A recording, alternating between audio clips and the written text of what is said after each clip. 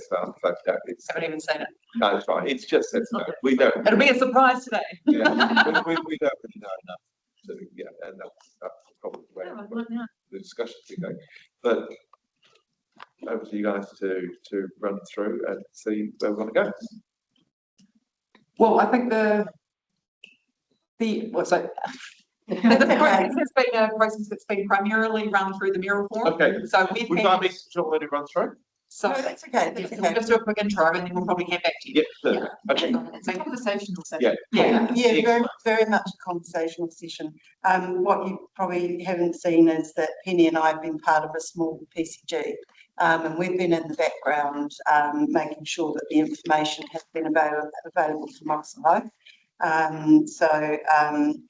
The point of today really, it's obviously not to make any decision, but to offer us some direction or decide some direction. And I'm sure that the Mayor is going to take you through where the mayoral task force has got to with all of this. But what we have done is circulated the Morrison Low material and the options, and we'd like to just remind you of those options. We'll just very briefly, Campbell's here, he's going to step you through those options. And then we're going to enable a discussion about those options, I guess, and then some sort of direction about what you want to do. And I guess the big decision here ultimately will be, or the direction that we're seeking is whether you are, after you've considered those options and discussed them today, seeking to still go down the pathway of a Head Start and try and agree with your fellow TAs across the region what that looks like, or whether you're more mindful to take more time, which is an option that you can give us direction on, to go down a longer route post the election, and continue to work with your fellow regional councils on what a solution might look like. That's probably where we're at. Do you want to add? Yeah, no, just that it'd be really good to hear about the conversation that happened at the Mirror Forum in terms of where the Mayor's landed, in terms of which pathway there. Yeah, and so then we'll go from there. So maybe if we just want to start by Campbell can walk through what the options were, and then maybe between John and Michelle talk about what happened at the Mirror Forum and what the discussion was. I would just add as well, don't forget you've also got drop-in sessions next week. Yeah. Thank you. So there will be a further refinement of whichever direction you're giving us. It's just the timelines are so short, it would be good to get a bit of a sense of where you're. We have 3 meetings, Tuesday, Wednesday, Thursday next week, and then we have the workshop for the Monday after that. Yeah, so I guess rather than refinement, maybe another opportunity to discuss, because we won't have any opportunity to do any further. Well, and we haven't had any opportunity to do any of our own analysis on this. So this report has been done by Morrison Low on behalf of all of the Otago councils. We haven't done our own analysis and assessment of these options from a QLDC perspective, a Queenstown Lakes perspective, and we won't have time to do any analysis of what comes through those public sessions next week. So, but you do have another opportunity to discuss whether you want to pursue the Head Start or not next week. Yeah. So, Campbell, do you want to just walk through? We're not going to go through the whole report, but just maybe talk about what the options were. Yeah. Sure. Thanks, Penny. I'll just share the report, just because it's got a little options slide, which is quite useful. But I'll just walk through the options that you'll probably already know in quite a lot of detail already. But option 1 in the Head Start proposal is one region-wide Otago Unitary Council, that's the Regional Council and District Council proclamation. Option 2 is Unitary Council Coastal Inland Split. So that's got CCOC and DCC and CDC. Might be worth mentioning that I know this is a moving target, but I think something came out quite recently about Waitaki making it. So yes, so that would be amended in these options then. And then so option 3, 3 unitary councils once again impacted by Waitaki's decision. but it would be a QLDC unitary authority, DCC unitary authority, essentially. CODC and CDC. There's ranges within all these three, so I guess that the Waitaki one is probably more to table than the others. But extending into Gore and wider south was put forward as part of option 3. I'm not sure where the conversations got to in the mayoral forum, and then Mackenzie as well, but I guess that would be also impacted by Waitaki's decision quite recently. So, and then I guess what is maybe omitted over here is backstop, which is the other pathway. So we can go into that if you like. There we go. And I think maybe if I just add that John joined John in the meeting on Monday evening, and you would have heard from Morrison Lowe that actually the financial modelling that they have done did not actually equate to any good rationale for amalgamation. So Marginal, I think. Thank you. marginal Yeah. gain. Amendment secret report. that's putting it We've got a simply. report. That's putting it simply. There are of course other factors which John no doubt can speak to that you do need to think about. It's not just all about the money, but the money side of it at this stage, high level, is not pointing to any win in that regard. And actually, I think in summary, I'm just trying to get to the slide, none of them point to a win. Like there's no clear winner. So that might be a good segue into John talking about the discussion at Mayoral Forum. But, you know, this overall assessment against the criteria doesn't really identify any one of these options as standing out as better than any others or than the status quo. Thank you. Yeah, and actually, I think it's been a really good example of the value of the mayoral forum because it's actually been really ratcheted up in terms of what it's been doing, in terms of allowing a space for a conversation to happen, working out, you know, when we were told you got 90 days, or something will happen, then, you know, collectively the councils had to make a decision how they were going to respond, that they decided Mayoral Forum Simple would work together on this, rather than each council doing their own bit of work. So there's been a couple of workshops where, I guess, with the mayors and the CEs, what are the principles? You know, what are the things that we think our communities or our councils would measure any proposals against? So the government's got in amalgamation what it's looking for. The government set out this is what they will be testing any proposal against, as the councils came up with what they thought were key things that we would use to measure any proposal against, and I've circulated those, so you should have all of those.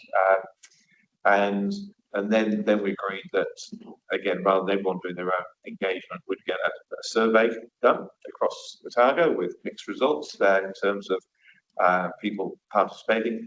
This council absolutely smashed it out of the park with their levels of engagement.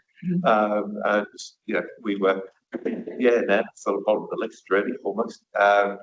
And then there was that technical analysis, which is Morrison Lowe report, and again, it was very high level, but it was basically the 5 councils agreed to share the cost of that, so that each council was doing its own thing.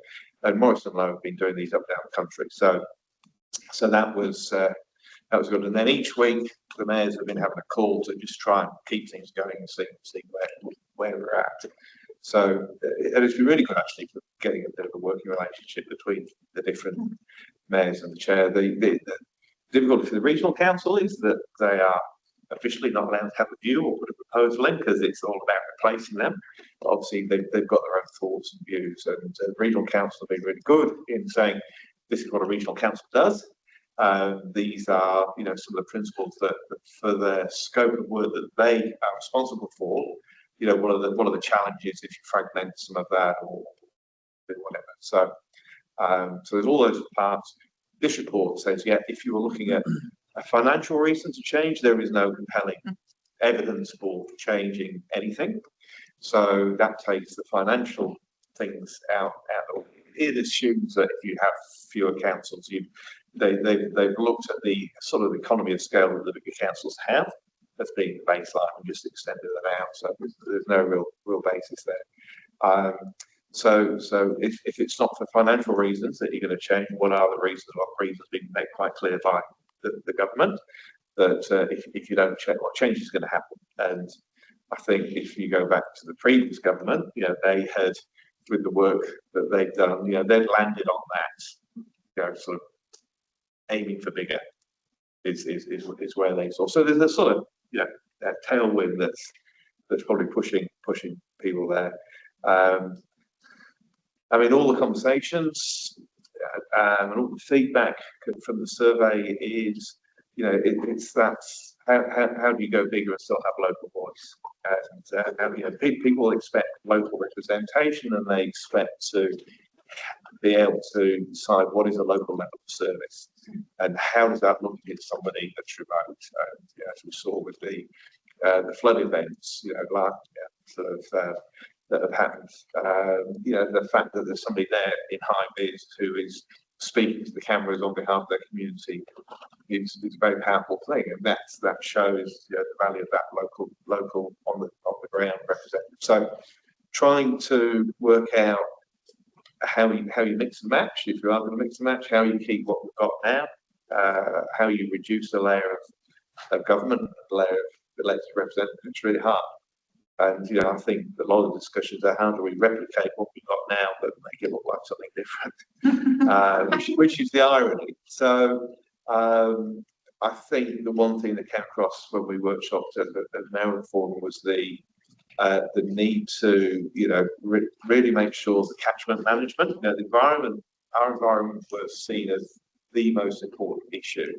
And to lose effective control and management of that across the catchment would be something we've absolutely got to maintain. And obviously the regional council do that, right? So if it's not the regional council, how do we do that? And if Queenstown Lakes Council became a unitary in its own right, we might manage the headwaters, but where's our collective responsibility downstream? So there's lots of different layers and lenses to put to it. And then we've got the tribal thing, right? Because distance a long way, we're very different from those people over in the east. And here we are in the mountains of the west. It's like something of Tolkien, isn't it? They're the dragons. And I guess what we heard through all the surveys is people see our debt levels as being very significant, and they're worried about that. So and there's good reasons why we've got that debt, because we've had to spend a lot of money to do stuff, right? And there'll be places, other councils, where they're pretty static in terms of what's happening, so they haven't had to spend a lot, so they haven't got much debt. So, but it's that concern as to, are we going to inherit that debt? So, but all of those can be worked through. So I don't think those are barriers to looking at how we might sort of do some cross-boundary stuff. Again, Central Otago, we know from their public feedback, they would love to amalgamate with Clutha. They're not really interested in amalgamating with us, as in Queenstown, Basin. And again, it's that tribal thing. But at the same time, our two councils are looking to join up in a regional deal. So in terms of a working relationship, but that understanding is beginning to sort of be realised by the Central Otago District Council. So it is, I guess the imperative is, do we do something for the 9th of August? Because the government set that head start. That's when if you're going to do something, and it was presented as a binary choice. You either do something for the 9th of August, or you will be along with everyone else, and so this backstop, which we've tried to find out what the backstop is, and the best advice we've been given is it's probably similar to the original proposal that came through in December, was that the mayors would either take over the regional council, there would be mayors and commissioners. That is probably about as much as is known about what a backstop would look like. The government said they're welcome to receive a kind of proposals by the 9th of August, and all of those can be completely bespoke. So you could have whatever arrangement you would like to describe. So we're not constrained by councils, community boards. We could have local boards in the Auckland model, but with extra powers. It could be whatever we want. They've said, the IO said the government will consider bespoke arrangements. But the reality is, if they got 12 proposals with 12 different bespoke arrangements, that would be unworkable. The chances are they might triage, come out with 3 options for how local boards, whatever might look. And then potentially the backstop might just be one of those options. This is the model, that's the cookie cutter model for representation across the region if you don't come up with something.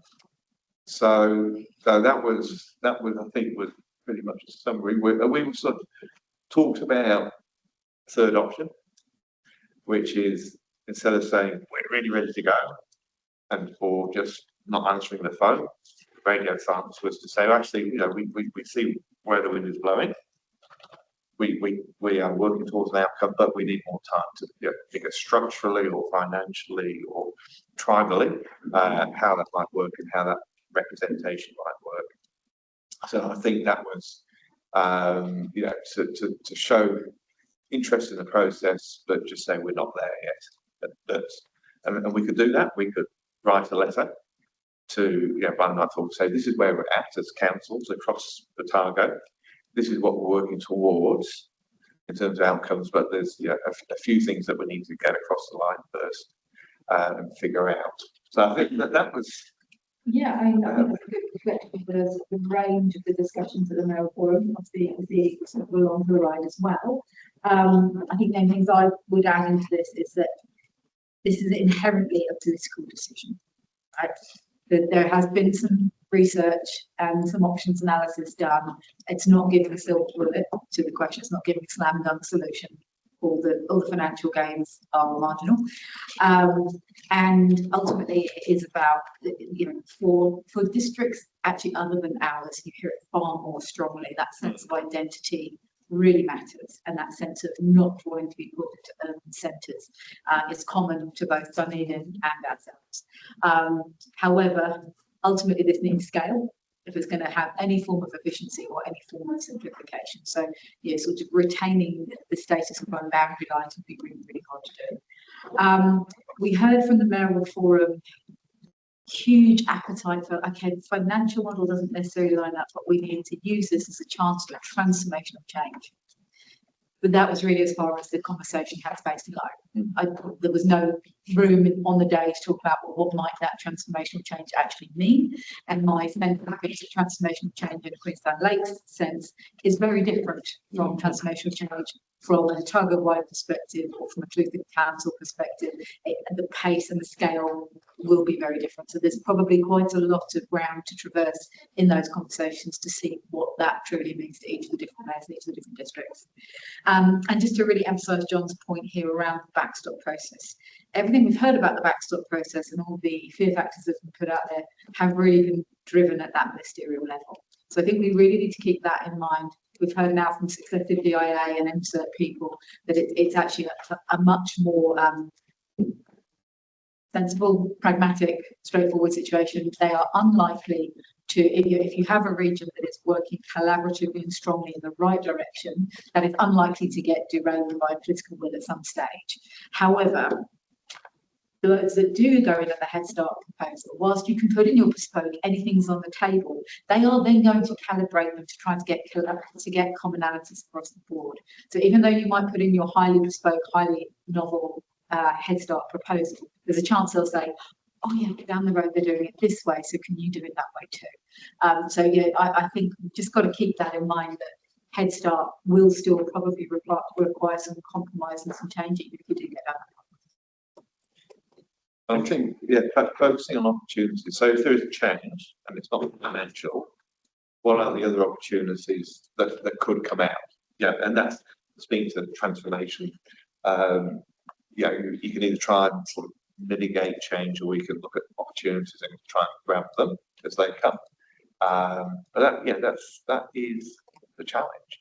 So we have 3 drop-in sessions coming up where we'll I'm not sure whether we'll be hearing from people or they'll be expecting to hear from us. It's probably a bit of both. The Chamber have got the information and are going to try and provide some feedback to us on behalf of their membership in time for our 20th workshop on the 20th, and I've spoken to Richard Thomas as chair of DQ, and he's going to see if they want to get a group of members around to have a coffee catch up and just get updated again in time to make sure we've got some feedback for the 20th. So I guess as we've heard, so Waitaki District Council decided to go north. There's some bits at the bottom end of the Waitaki District Council that might go even to central because they're probably closer in terms of the type of land and the type of activity, the type of tribe than the Dunedin city. And then Luther, Central Otago, a lot of commonality, you know, in their sort of rural sector.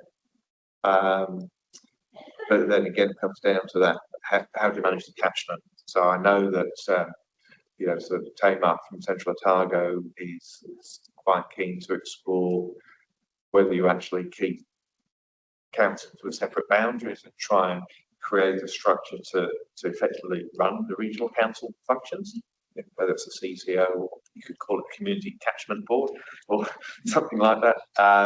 So because that work still has to be done. You know, you can strip out the elected representatives, and none of the work of the regional council is going to be stopped because there was a rapid review of the functions of regional council. So we were half expecting that the government might say, well, that's not going to happen anymore. That's not going to happen anymore. That hasn't happened. Everything's going to carry on. So all the work and all the staff and everything that they do is still going to be there. So it's just how do you have oversight for that? I hear a lot about what everyone else is doing. What are we doing? Like, what's going to work best for us? Out of curiosity. Just, is this a briefing or is this like a conversation? No, it's a discussion. Yeah, discussion. Yeah. Okay, great. I mean, I said, yeah, I was going to ask, what does, you know, we'll do it for you look like? But I figured we're in a regional deal with Central Otago and that would just be squishy together and there you go. I think what I see is the opportunity for devolution is through local boards. I never hear anyone talking about it through this amalgamation, but I feel like that's the pivotal part to not overly centralizing. It empowers, you know, the community board and creates other facets for Tokatapu, Upper Clutha, Cromwell and Alex to be able to have their own representation on, you know, the social infrastructure, things that people are interested in. That did come up quite a lot in the Morrison Open on Monday night. Great. Yeah, so local boards as opposed to community boards, so they have more delegation, so they actually have more powers than the traditional community board. Yeah. And it makes sure you have a spread to cover all areas. A lot of the sentiment from this review is around, there's a lot of confusion around governing structures. And I think it's equally around electorates for central government as well as for local government. I mean, why does, you know, 2 people cover half of the South Island? That's crazy, but the part that I always think is most intuitive is everyone looks at us as Central Otago, and that's where you've got, you know, all of the lakes and rivers and inland and all the other stuff, and you've got Queenstown and Cromwell and Wanaka and Alex. And when you're at sports teams, that's how you know, you go from those levels into Central Otago and then into Otago. I feel like that's what's intuitive for most people to interface with. I mean, I get that there's going to be a lot of councils who've been calling for this for years, and this is a consequence of a broad brush. It'll work really well for them, and they'll be like, yeah, jump on board. And then for us, it's like, oh, well, it's not really front of mind. But I do think it's worthwhile steering the conversation more into what's going to work best for us rather than what everyone else is doing, just in terms of talking to some of the issues around, you know, the Queenstown factor of this council, whether it's, you know, as much of an asset as it is a liability. The debt levels, I mean, the CCO is going to have a lot of that debt because it's a lot of water infrastructure. I think it could be figure out what that is, but yeah, I don't know. Good to talk about. I think that's a really good point, Scobie. And the debt issue, yes, it will shift with the CCOs, it will shift for all the other councils as well. And one thing I didn't know, actually, the Gore conversation in here, it was relevant because they identify as Otago, but they are outside of the catchment. So they asked to be included in the assessment, mainly because of the Southern Waters connectivity. So we are going to have these different layers now of poorly aligned boundaries across different sort of institutions and organisations. So just before you carry on, there's no resolution around shared assets. So things like the port, Otago, there's no resolution or guidance as to what happens to those in the event of amalgamation. So there's some ground to cover. You, even, well, this is what I brought up on Monday, and thank you for referencing that we were on. This Morrison Low thing, let's say it right in here, utterly inaccurate. Slide 11 has us growing at less than 20% over a period of 20 years, 25 years. And the only debate I have with Penny is that I think the growth rate is 4.5%. She thinks it's 4.6. In that 25 years, we will triple. That's 300%, and they said 17.9. So I don't know where this report came from. It's one of these desktop things that somebody cobbled together on a really nice PowerPoint thing. The other thing is that, and the reason I keep going back to the numbers is because you can't lie with the numbers. I like the idea that the mayor goes out there in a high vis vest. To me, that's local government, that's democracy. When we got to slide down the front of Skyline or what have you, that's local government. But that's soft stuff. The hard stuff is the numbers. And the numbers say this: our growth rate is gigantic and is completely outside of all the other districts. We will be bigger than Dunedin by 2050. Item number one. Item number two, our debt to revenues is 260%. It's much larger than anybody else. It's $30,000 per household. Take the seat of CODC, it's 10 grand per household. How are we going to merge our debt? Are we going to have these trails where we've got the debt, and if you happen to live in Frankton, you're going to be paying a lot larger rate because you carry this debt? Or are we going to shove it off onto Cromwell?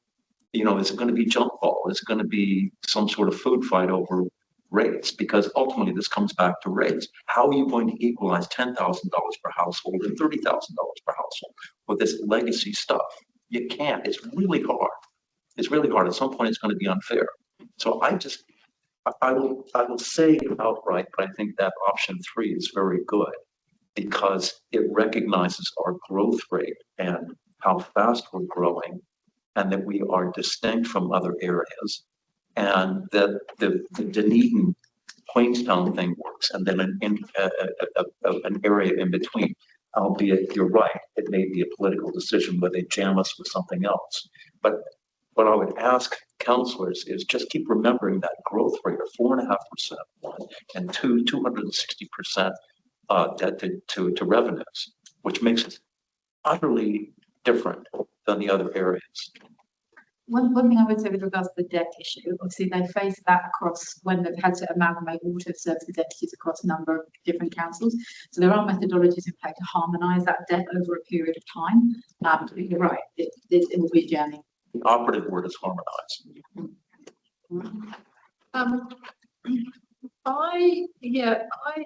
It's funny when you say political decision, you're talking about our political decision.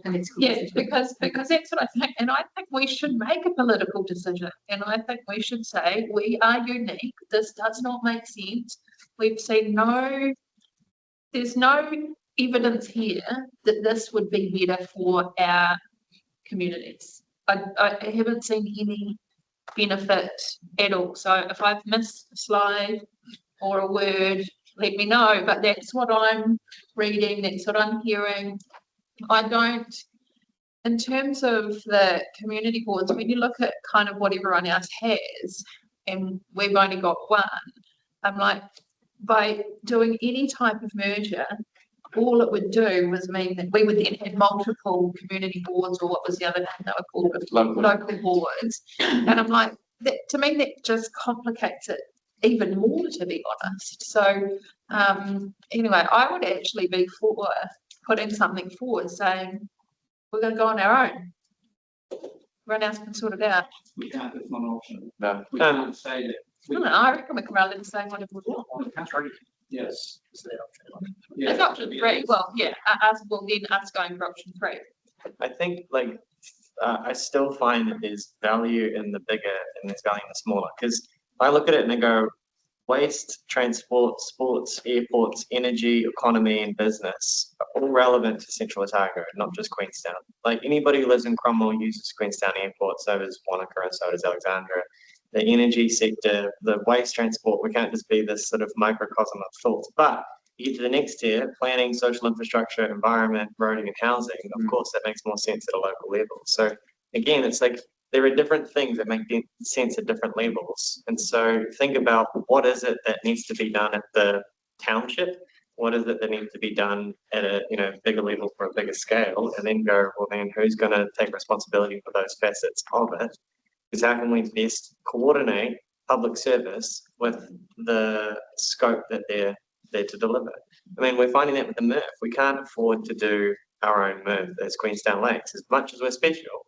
We're going to rely on a bigger regional coordination there. The same with transport and other roading and energy aspects. I think it's a bit ignorant to constantly say that we're just, this one-off uniqueness, as much as there are nuances that make us a pointing tip. So, Cool, Nikki. You're on mute. Sorry, Mel, Yeah, you've been Taylor. doing that all day. Yeah, no, I completely agree with Cody. That was the point I was going to make, is that, let's not look at this traditionally. Let's break down the functions and services that we deliver and then go what best fits where. And naturally, to me, exactly as Cody said, local transport, public transport, local strategies, those, and you can flesh it out. And I think that's what we need, is a list and make some decisions around what's hyper local versus what's regional. And to me, you keep your catchments. That's fundamental for me, is that the catchment needs to stay the same. So I'm kind of with Tamar. If it's not a council thing, then how else do we make sure that catchment is managed holistically? But then also thinking of the things that we do, like delivery arm, like the project management office, like that's something that can be regional. Policies around procurement, regulatory services, some of those things, although maybe not, but I think we need to sit down and go, what comes to the table at the moment at the regional level and at the local level, and sit down and work out what goes where. And that would be a starting point, and then the rest of it starts to make sense, I think.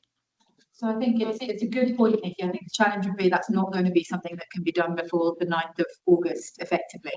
Yeah. And also let's remember there's another layer here. This isn't all around foundation. Some of these things we should be thinking in terms of, well, where are the shared service opportunities, regardless of the structures? There are shades of this, and some of those services, they would be headquartered in one place and delivered in a distributed fashion. Others would be delivered directly. So there are many layers to that piece of work, and to do it well requires some time. Yeah, and there's exactly. And I should have added, I'm in favour of backstop. Because I'm not afraid. I don't think the government's is it backstop? It is backstop. Yeah. I guess backstop, yeah, I'm in favour of that. I think we need to take our time, not go slow, but go through a methodical process, rather than doing what instinctively feels right based on where we are now. I don't think we've challenged ourselves to kind of look at the detail and the possibilities. Yeah. There might also be different answers to those questions in terms of functions, if you're talking about delivery of the service and management of the service, or governance of the service. Yeah. And so there might be things where centralised governance makes sense, but the actual planning and delivery needs to be localised, or vice versa. So there's multiple nuances and layers even within it. And that might be necessary, because to diversify your local economy, you want to keep those activities local. So there's all those layers as well. Anyway, I'll shut up now. Thanks. I think if we know we've got regional spatial planning coming, right? Then we know there's no point in having a spatial plan if you haven't got a coordinated approach from government, right? So, or even between local governments. So that's another factor just to throw out on that table. Actually, regional spatial planning is a really good example. There's going to be regional governance over that. There's going to be a regional spatial plan, but the reality is that 90% of that spatial plan, maybe not that much, 80%, is going to be done at a more localised level. So, there will be layers and chapters in that because, if we're thinking about land use for Queenstown and land use for Dunedin, are very different.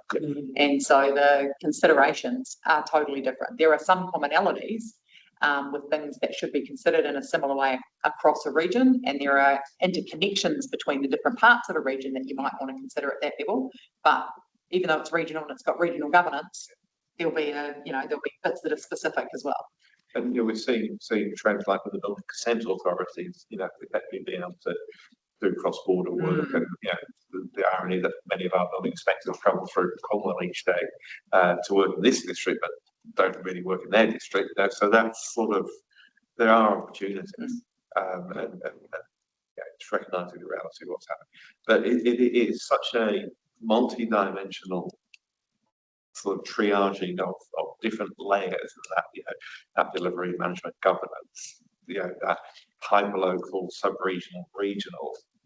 Those are the dimensions that we need to work at, and I think that focusing on outcomes that we're trying to achieve should feed back into that, and ideally we'll come up with the model, and it'll probably say exactly what we've got right now. But the idea that anyone could do that in 90 days was yeah, and I think the other thing, and noting the comments on the report, there were some errors in the report. We had a number of committees we discovered we got a CCO that we never knew about or something. One of the other, the committee was correct. Yeah. So there is some, but it was not a lot of money. There's been an absolute deliberate decision by officers and staff across the region not to invest too heavily in this, in terms of time, because there's a ton of other stuff going on, and given the time available, you just couldn't do those resources. So what the information that's come today has probably been the best we could put together in the time, covering a range of options without just overspending. Just to clarify that though, John, in terms of the decisions that the CEs collectively took, it was to put one or two very strong brains from each council into it, and then to outsource the that's right. It wasn't that we were undercooking it. Quentin. Thank you.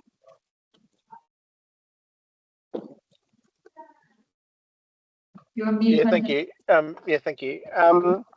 It was interesting in the chat. I mean, the idea that government will empower local boards and community boards is sort of, I think, dare I say it, a little bit naive, because I think it flies against what they're actually setting out to achieve. So I think, I was with Mel that I think we need to make a political decision about what's best for our communities, and while we should be looking for opportunities that are better, we shouldn't be making change unless we can demonstrate it's better. And I agree that I don't think we've done that yet, and I don't think there's many cases where regionalisation has improved outcomes for us, or would have. It's interesting. This poll about the harbour master roles, for instance, and I haven't witnessed anything in any other part of the region that would make me think we're going to produce a better outcome if we ran harbour master services from Dunedin, for instance. And that's just one small example, but it just wouldn't be the case. They just don't deliver anywhere near the type of service that we've come to expect. I don't think that's what regionalisation means, Quentin. I think there's a really good webinar this morning with a couple of two CEOs, one from Dorset Unitary Council and the former CE of North Yorkshire Unitary Council, next door to the City of York, which is also unitary but on its own. And he's now the Chief Executive of Wellington City Council here. So it's really interesting. And of course, I asked a couple of questions about emergency management, because I think that's one of the regional scale issues. And I didn't mean to push back quite so hard when you're expressing that we are unique and we should stay so. I think we are, and I think we can be in a model that will actually make what the ministers want to hear. Because where there have been proposals for a regional unitary that includes a big urban area and Queenstown's different, it's big and it's growing.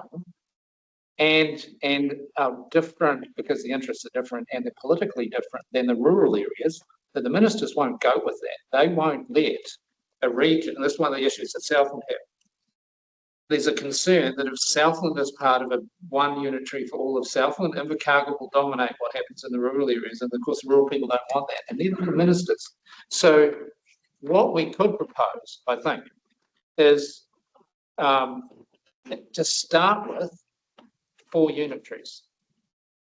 And maybe, because we've already got the partnership with the regional deal with Central Otago. Anyway, that's got legs. What it means, how long those legs are, we don't know. And have a shared service entity or entities, depending on how focused you want to get, for a range of functions, similar to what Cody was talking about. But there would be catchment management is one of them, and that's where Dunedin should be on its own and should take a third of Central Otago with it, because at the moment it's not defined on catchment boundaries. So, but in any case, managing the rivers is crucial. The thing that the government talked about doing, but then backed away from when they saw how much it would cost, was that the catchment management would be picked up by the Environment Protection Agency or a new agency at central government level, which is exactly what happens in the UK and in Australia, to a large extent. They saw how much it was going to cost. They said, no, you sort that shit out. So we could say, yes, let's have a catchment management entity. Let's have, so the interesting thing for North Yorkshire and York is that although there's one big rural, largely rural, a unitary, and the urban entity of York, emergency management is a shared function, and it's working way better than it did before. So I think we could go back collectively across Otago and say, yes, Minister, we're happy to get rid of the regional council as it stands, because what they want to do is get rid of the regional governments and establish 4 unitaries, which with a view to further shared services and potentially amalgamation in future. And if the efficiencies will come from the regional and shared services entities. And there will be no cost to any of us, because that would all be funded from the Port of Otago. So there's no argument about what happens to the shares in the Port of Otago. It stays owned by the Otago local authority. So we've got an answer sitting there, I think, which keeps everyone kind of happy, keeps the ministers kind of happy, and we don't lose anything.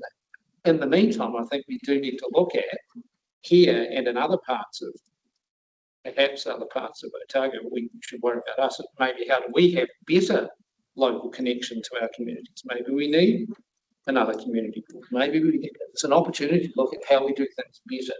But I think there's an answer sitting there. Now, the ministers might not take that on board. That's fine, but at least it shows that we take it seriously. It's like I was talking about at the away day the other day. Kind of push back, but do it in a way that we're taking the government along with the conversation. Is it different? I think we ought to make the case that we've demonstrated that we've taken it seriously, because we're one of the 3 places that have gotten into a regional deal. Yep. And we are already accomplishing their goals through the regional deal. And we could say, look, we are already talking about transport, health, fire and emergency, that sort of thing locally. And we are genuinely doing that through the regional deal. So I don't see, and it's bizarre for me, why we've suddenly had Head Start imposed over the top of the regional deal. It's because they overlap, they're redundant. So why do we not simply use the regional deal?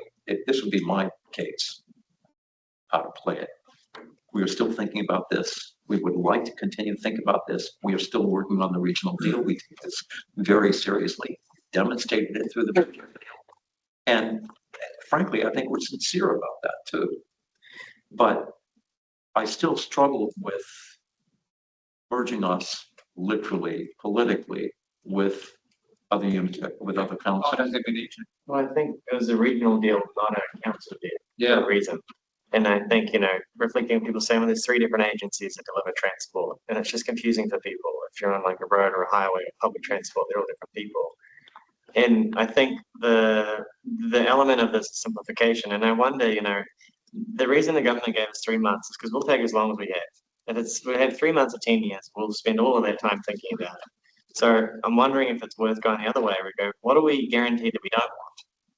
I think we're all guaranteed that we don't want to be a target. I think we're pretty set that, you know, nothing in Dunedin is really that relevant to anything here. So why don't we just cut that off the list? That regional deal is not a Otago region, it's a central Otago region. And I feel like even just defining that is a massive stake in saying, you know, that's how we identify ourselves. That's what we think the future sort of epicenter is. Now, how we cut up Central Otago or Queenstown or whatever is less relevant, but at least send some signal to go, the needs of this community are not the same needs as the coastal ones. And I do think we need to sort of not just sit in the ethereal what if, you know, all these different things that are going on, but actually start moving on something that creates some tangible direction. Because the consequence of not doing that is to come in from people who don't know this region, who don't know these communities, clearly, because they've demonstrated it politically over the last few decades. And they say what we want. And I feel like in the absence of us showing leadership, we'll just lose the opportunity. So like, I really do want to encourage us to actually move on something and to not like keep kicking the can down the road until somebody makes a hard decision for us. So is there another, oh, sorry. I was, there we go for it, Karen.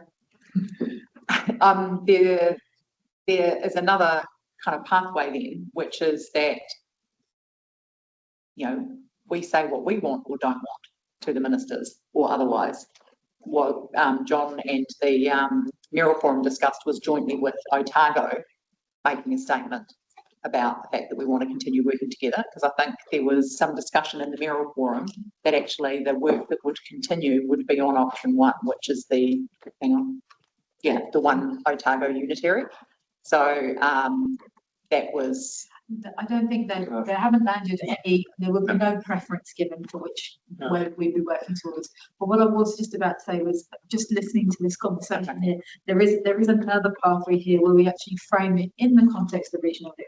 Because this has been put out nationally, you know, it's not been put out to with the regional deals in mind, frankly speaking.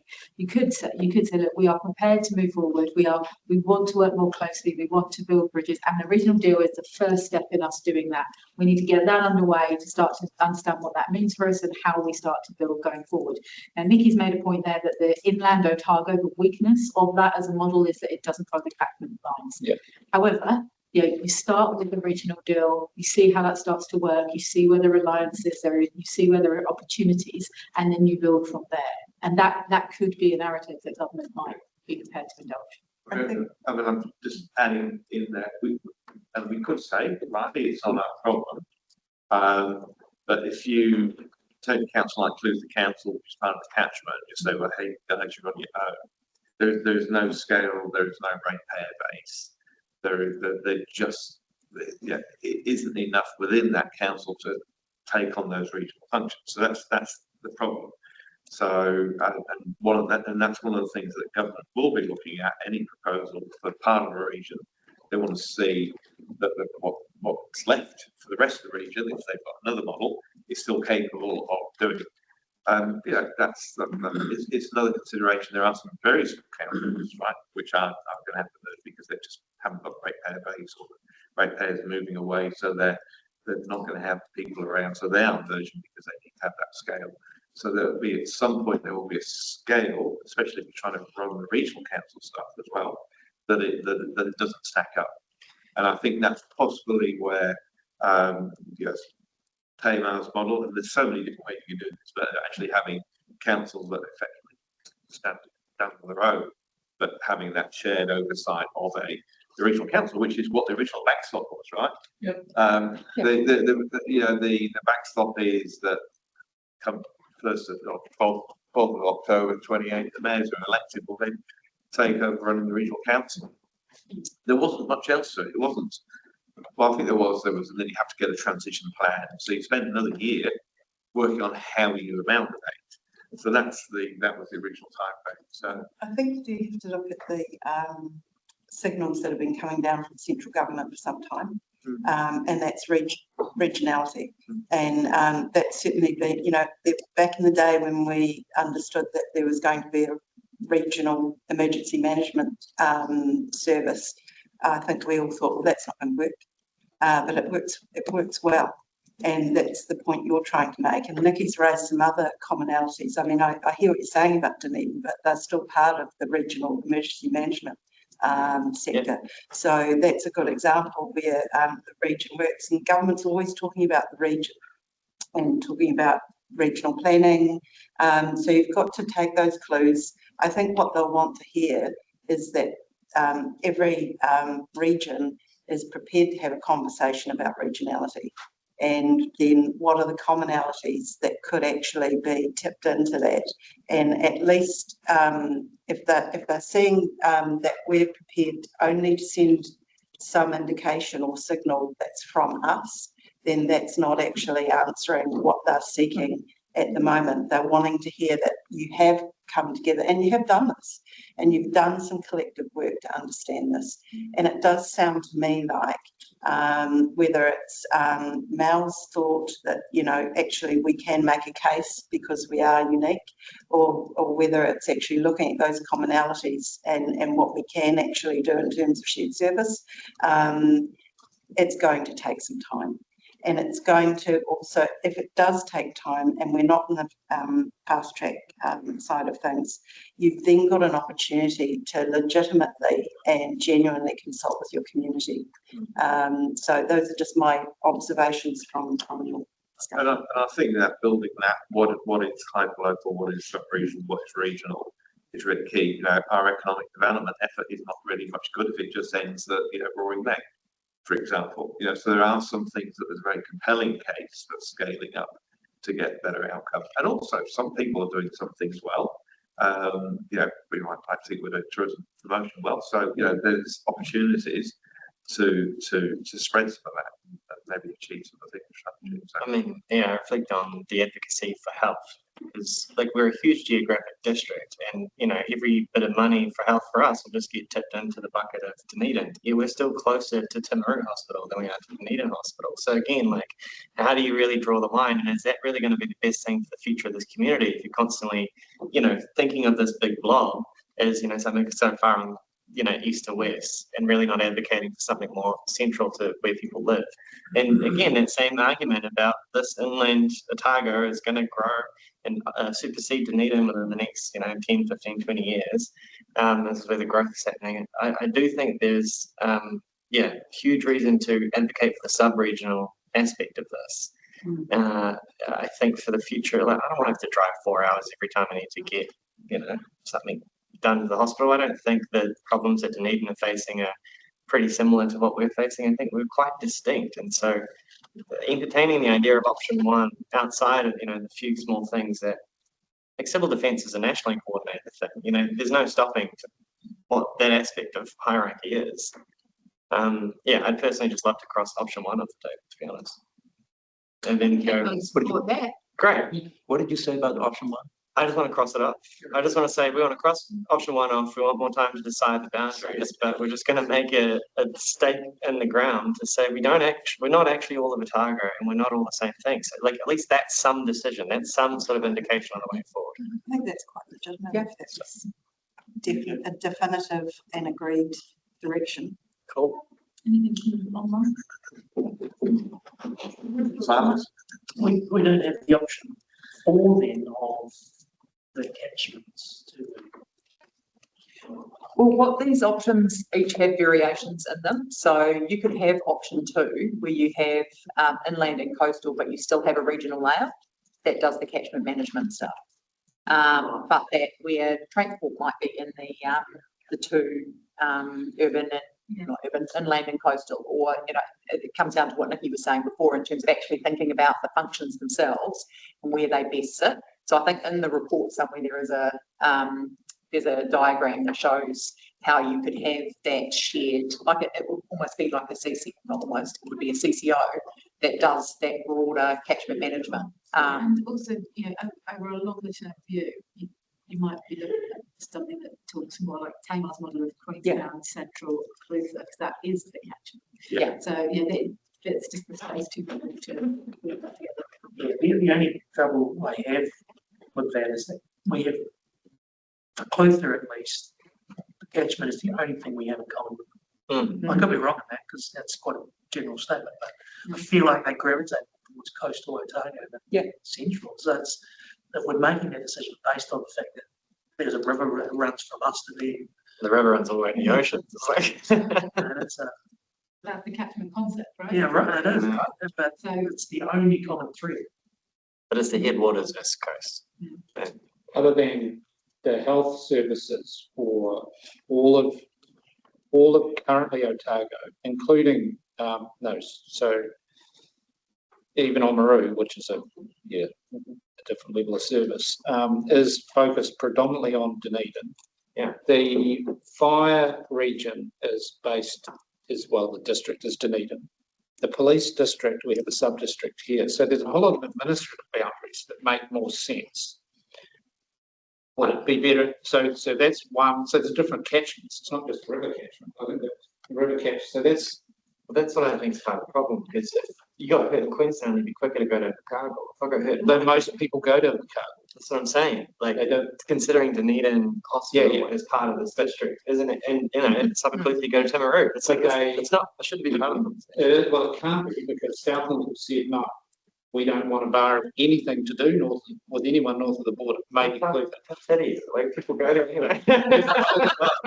Okay, Nikki, Fittings, we'll write that. I just reiterating really, like I think we're all reacting based on our understanding of different functions and this and that and what it might mean. And I just don't, I feel like we started at the wrong end. I feel like looking at structures can be whatever we want. They can be CCOs, they can be boards, they can have whatever powers. Starting with the structure doesn't make sense to me at all, because you just, I honestly believe we need better advice around what are the functions that we all deliver one way or another. I mean, there's no point duplicating things like, procurement policies and things and everybody's sitting doing their own. I mean, clearly that can be regional. Let's look at everything we do and everything the ORC does, so we actually have a better understanding of what we're going to be dealing with. Then divvy it up. Then go what structures, what powers. It just first principles are what are we dividing up or not? and I think we're in the linkages because we've got a workshop coming up where we're talking about the transport infrastructure. We've got that transport strategy, and there's that that where does public transport go, and there's all those plans to link us through to Central Otago in there. So there has to be a coordinated approach. We look at managing the impact of our visitors. There's a whole thing on the Southern Way, which is trying to drive those visitor flows through from here around through the coast to Dunedin. So there's definitely some joined up work needs to be done there. Some collaboration. So it's what are the things that it makes sense to come back to that. What's hyperlocal, what's sub-regional, what's regional, and trying to even brainstorm those in the future. I think Nikki's points are really well made. To do this well, it's a science project, right? It is a science project. It's intense work. It's lots of detail, lots of layers, lots of data, lots of information. To do it well at a regional scale is doing that science project in collaboration with a bunch of other councils and a bunch of other drivers and a bunch of other politicians. So what I'm saying is that if it's a pathway that you seriously want to go down, it's got to be very carefully scheduled in your priorities. It's got to be very clear in our work programme, and we've got to do some work to work out what timelines we're really talking about with regard to that. It is not an insignificant thing to do. I understand, and I completely share. I want to throw one thing just to sort of like keep in the back of your mind. Again, another report that tells us exactly what everybody already knew at the start, which was that it wasn't anything to do with finances. And I think we'll do the same thing where we'll take a very desktop exercise, figure out all the evidence, and end up in the same observations, because intuitively we know, because we've lived and breathed it our entire lives. And so I do think, not to overly underestimate the power of the academics, but there is an element of this that is obvious. And there's an element of this that's intangible, that I think it's, a representation of how we see ourselves as much as it is around where the best cost of delivery is for public services. And then I think as well, representation of what's going to work politically for the long term. If people keep coming down thinking of Otago as one big block, that's going to be bad for our district. So yeah, there's those layers to go. I was sort of trying to take more of a view of central government here and step back a bit and go, what is the problem central government is trying to solve? And does that problem exist in this region or this Otago region? It was designed for North Island. Like you can look at Warringah, for example. You go 20 minutes, you're into another district. You go another 20 minutes, you're into another district. Same as Kapiti Coast. Same as Hawke's Bay. Down here, you've got to travel some distances, right? And they're very different. But, you know, even when you just look at the economies of what makes up those districts now, no one has toured except us. You're right that it maybe they're not demanding a response from Otago, but equally the Otago Regional Council has been one of the more problematic councils the government's been dealing with, and has been controversial. They had to write legislation to stop Otago Regional Council doing a thing they didn't want them to do. One of the drivers is clearly to remove the regional council laws. So the regional governance is a key thing. It's pretty clear that it's a key driver because in the original process, it was the only direct instruction. These councillors will be gone at the next, you know, in fact, it was immediately, and it's only with Head Start that they've said that they're staying until the next election. They will not be re-elected at the next election. So, and then everything else is, and as well as that, now you guys go and work out how you might amalgamate to address some of those issues. So some of the issues you're talking about are definitely drivers, but the regional governance seems to be something the government is specifically targeting. And I would say that Otago Regional Council has been targeted by government prior to these announcements. Okay, with that in mind, which options actually align with government's desire? If you look at the slide that there's the Morrison did a whole assessment from a governmental perspective as well towards the end there. Oh, that's the one on the screen. Which is the one on the screen, yeah. And again, it's still none of them. It's still relatively none of them. Yeah. Well, actually, all of them achieve the what is probably the primary driver for Otago, which is the regional governance layer. Yeah. Yeah. I guess as would us all staying individually and setting up a joint CCO to do the regional functions, including catchment management. Right. So the government had done this once before. The government of a very similar flavour. When my salary was paid by Canterbury, I was regional emergency management director of Canterbury. They sacked the regional council because the council was not doing what the central government wanted them to, and was to continue to increasingly over-allocate water to the dairy industry. So they sacked the councillors and put commissioners in and made sure that their interests, which was the farming sector, got what they wanted. They're doing exactly the same thing now, but on a national scale, and giving us the opportunity to do some other stuff within it. So option 4 is us as unitaries and regional services entity over the top. It keeps the government happy because they get rid of the regional council. They have a watered down water plan approach, and we just get on and do what we need to do for our communities, which means building on the regional deal, making the most of that.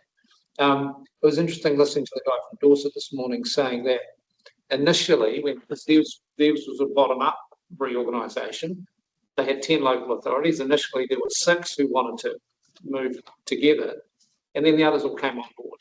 So if we could have an approach that meets that objective, which is getting rid of the regional council, this government is going to do it, and I believe they will. The rest, I don't think they're going to bother with. It's up to us how we make the most of it. So like we're concerned with the rest. Yep. Whereas they're concerned with the stuff we're probably not as focused on. No, they don't care. And this is what I was saying. Option 4. Yep. So option 4, to be clear, is the catchment piece, but it's not there, Q. It's an option. Would be the 4th option, which is essentially the fallback, which is 4 entities, 4 unitary entities, and then a bunch of some service entities, regional scale, that will have some governance of them by a couple of committees. Easily done. But that's sort of where we're going with the regional deal, isn't it? No, but only for Central Lakes. So this would Oh, so the other interesting thing from Dorset was that at the time of amalgamation, the guy who was talking, he was chief executive of 4 local authorities. There was another one who's chief executive of at least 2, it might have been 3. So they had already started rationalising and doing lots of joint service delivery and a whole bunch of stuff, which could probably come out of the regional deal. There's no rush to come up with any political reorganisation to deliver the regional deal. I think it's got more strength being separate. But we can do that. We can still make sure that we're meeting the current political and community desires for us not to be throwing them together, and meeting the government's expectation of getting rid of the regional councils. I think the advantage of the backstop process is it gives us time to see what happens with the other people who apply and Head Start, to get more messaging from the government about, is this, because there has been messages from DIA through this process that the government wants something simpler everywhere. Yeah. So, I mean, I was answering your question in terms of what really are the drivers behind this, but the clear messaging is everywhere we expect there to be something simpler. Yep. We want amalgamation because we think that amalgamation will be provide economies of scale that will be cheaper for the community, amongst some of these other things here. Which here, yeah. So I think there's the advantage of the backstop process is that you move further into that process and there's more time to hear what the government really wants to get out of it, and whether those objectives for this region are really high on their priority list or not, and to be able to lean into the regional deal process, as a few of you have highlighted, in terms of, does that give us any insights or leverage, or you know, does it help us? Does it show us where things work, where things might not work? Yeah. Is that absolutely Quentin?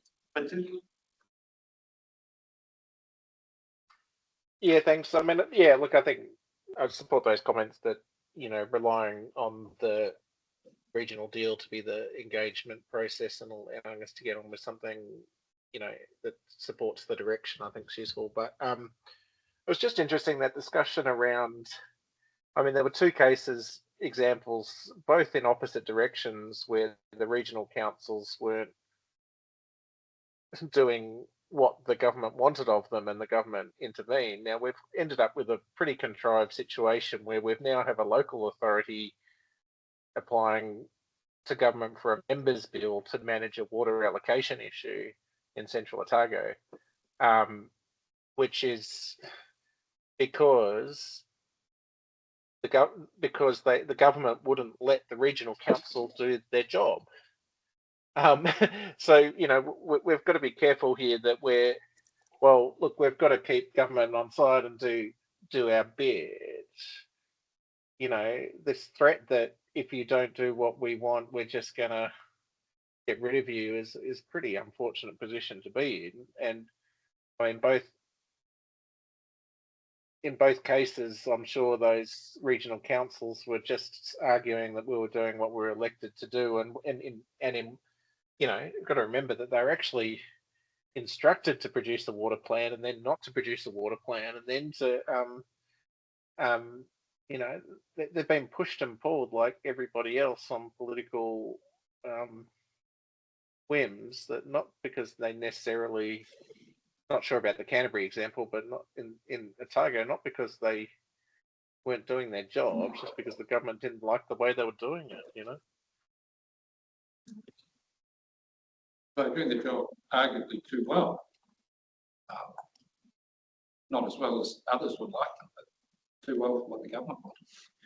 Well, we just need to buy time until the election. They're not, I don't think that the government will not go for a regional entity for all of Otago, because all that does is creates a really big, powerful regional council. Yeah. It's not going to happen. They are playing chicken. A lot of angry people. Why don't we just, yeah. They may not actually have that expectation. No. Even though that's what they're saying. But the one thing I am hearing is, and I think the rest of the region agrees with this, there is definitely a case to be made, or something that needs to reflect KLDC's point of difference. Yep. And that might be as far as you're able to go at this stage, in agreement with the rest of the region, and that obviously I'm not putting words in your mouth, but potentially you are all saying the same thing. That sounds like you all agree there needs to be more time, more work, more detail, and potentially no definitive one option at this point. But a definitive no to option one. Because I mean, Well, we're not saying, we're not, well, there's no need to, because we're not No, supporting any option. no, that's what I'm saying, is that like, But they're not going to do it. no, but why would you play chicken with it? Maybe that's more a direction to the mayor for the mayoral forum Yeah. conversations, Yeah, rather than for action. it's some direction that says something. I mean, there's nothing in the regional deal for Dunedin. we can only do directions today. Well, look, my direction is to just stake some claim around. We're not going to be one big Otago council. That sucks. I'd like to see more clarity around that option 4. Yep. Just so we're all clear on what actually it is. So for the purposes of this process, there isn't an option 4. So this is the work that could inform whether we go into the Head Start process or not. So if you as a collective think that one of these options is a goer, and then John takes that back to the mayoral forum and it's the same as what everybody else in Otago thinks is a goer, then there is basically the opportunity to put in a Head Start based on that option. But if what we are saying is actually you want more time to be able to look at broader options, you think that on an Otago basis we need to be doing a process more like what Nikki talked about in terms of which things make sense at the hyperlocal, sub-regional, regional level to then determine which of these might be better, then what we're saying is we don't know the answer to that yet. More work needs to be done. We don't want to do a Head Start. Does that fall into the backstop? And that's then the backstop process. And that's what we're really looking for direction from you on. Well, that John needs to be able to take back to the mayoral forum is, is there an obvious, yep, we're behind that option. And if everyone else is behind it, we're happy to support a Head Start. Or is what we're hearing, what it sounds like we're hearing is there should be a longer process that we continue to do in part collectively at an Otago level, because it doesn't make much sense to do some of that analysis individually.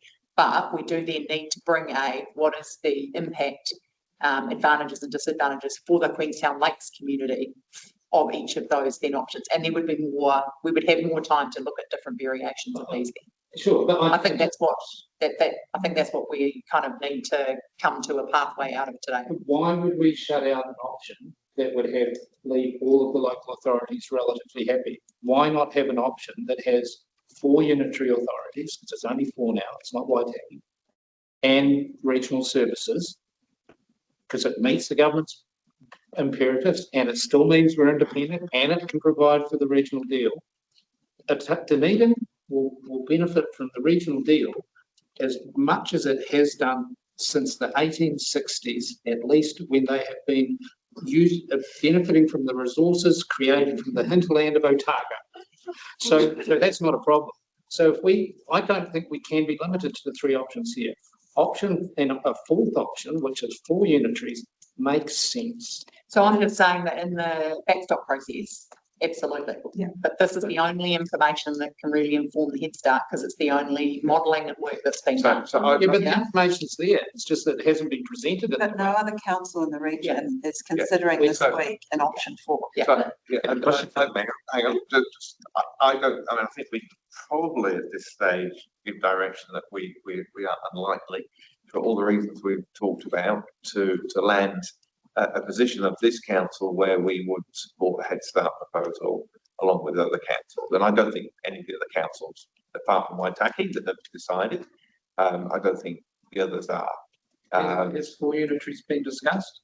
No.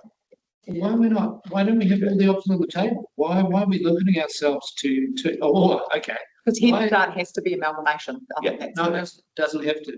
It all has to be a proposal put by at least 2 member authorities. That amalgamate. No, it doesn't have to We need to fact check that. I'll check that. Yeah. I'm pretty sure. be. Well, that's what the staff said in the last workshop. I think it's fair to say that they would take a proposal on any basis, but they're trying to be open book. However, where I would caution a little bit, because I don't disagree that is an option. But to put in any Head Start application where something hasn't really been run to ground does create an element of risk. A, it shows willing, but B, the government might just go, oh, great, this is the only viable one we've had from the South Island, let's do it. And actually, you're going to do it a bit more like Tauranga is doing it, a bit less like you wanted to do it. So I just, that would be my point of caution there, is anything we put into Head Start, we're suddenly on the track. So you've got to be really ready for that. John, sorry, Mayor, when you were in the mayoral forum, you had often, of these conversations with other mayors. If you had to handicap right now where they stood, what would they be in favor in terms of forming a unified whole to go to central government? If you had to handicap what you're all in favor of, would it be 1, 2, 3, or potential 4? I think Dunedin would look to go by themselves. We could look to go by ourselves, and I think if Waitaki hadn't gone north, there would have been an assumption that Waitaki, Central, and Clutha could have joined up. Yeah.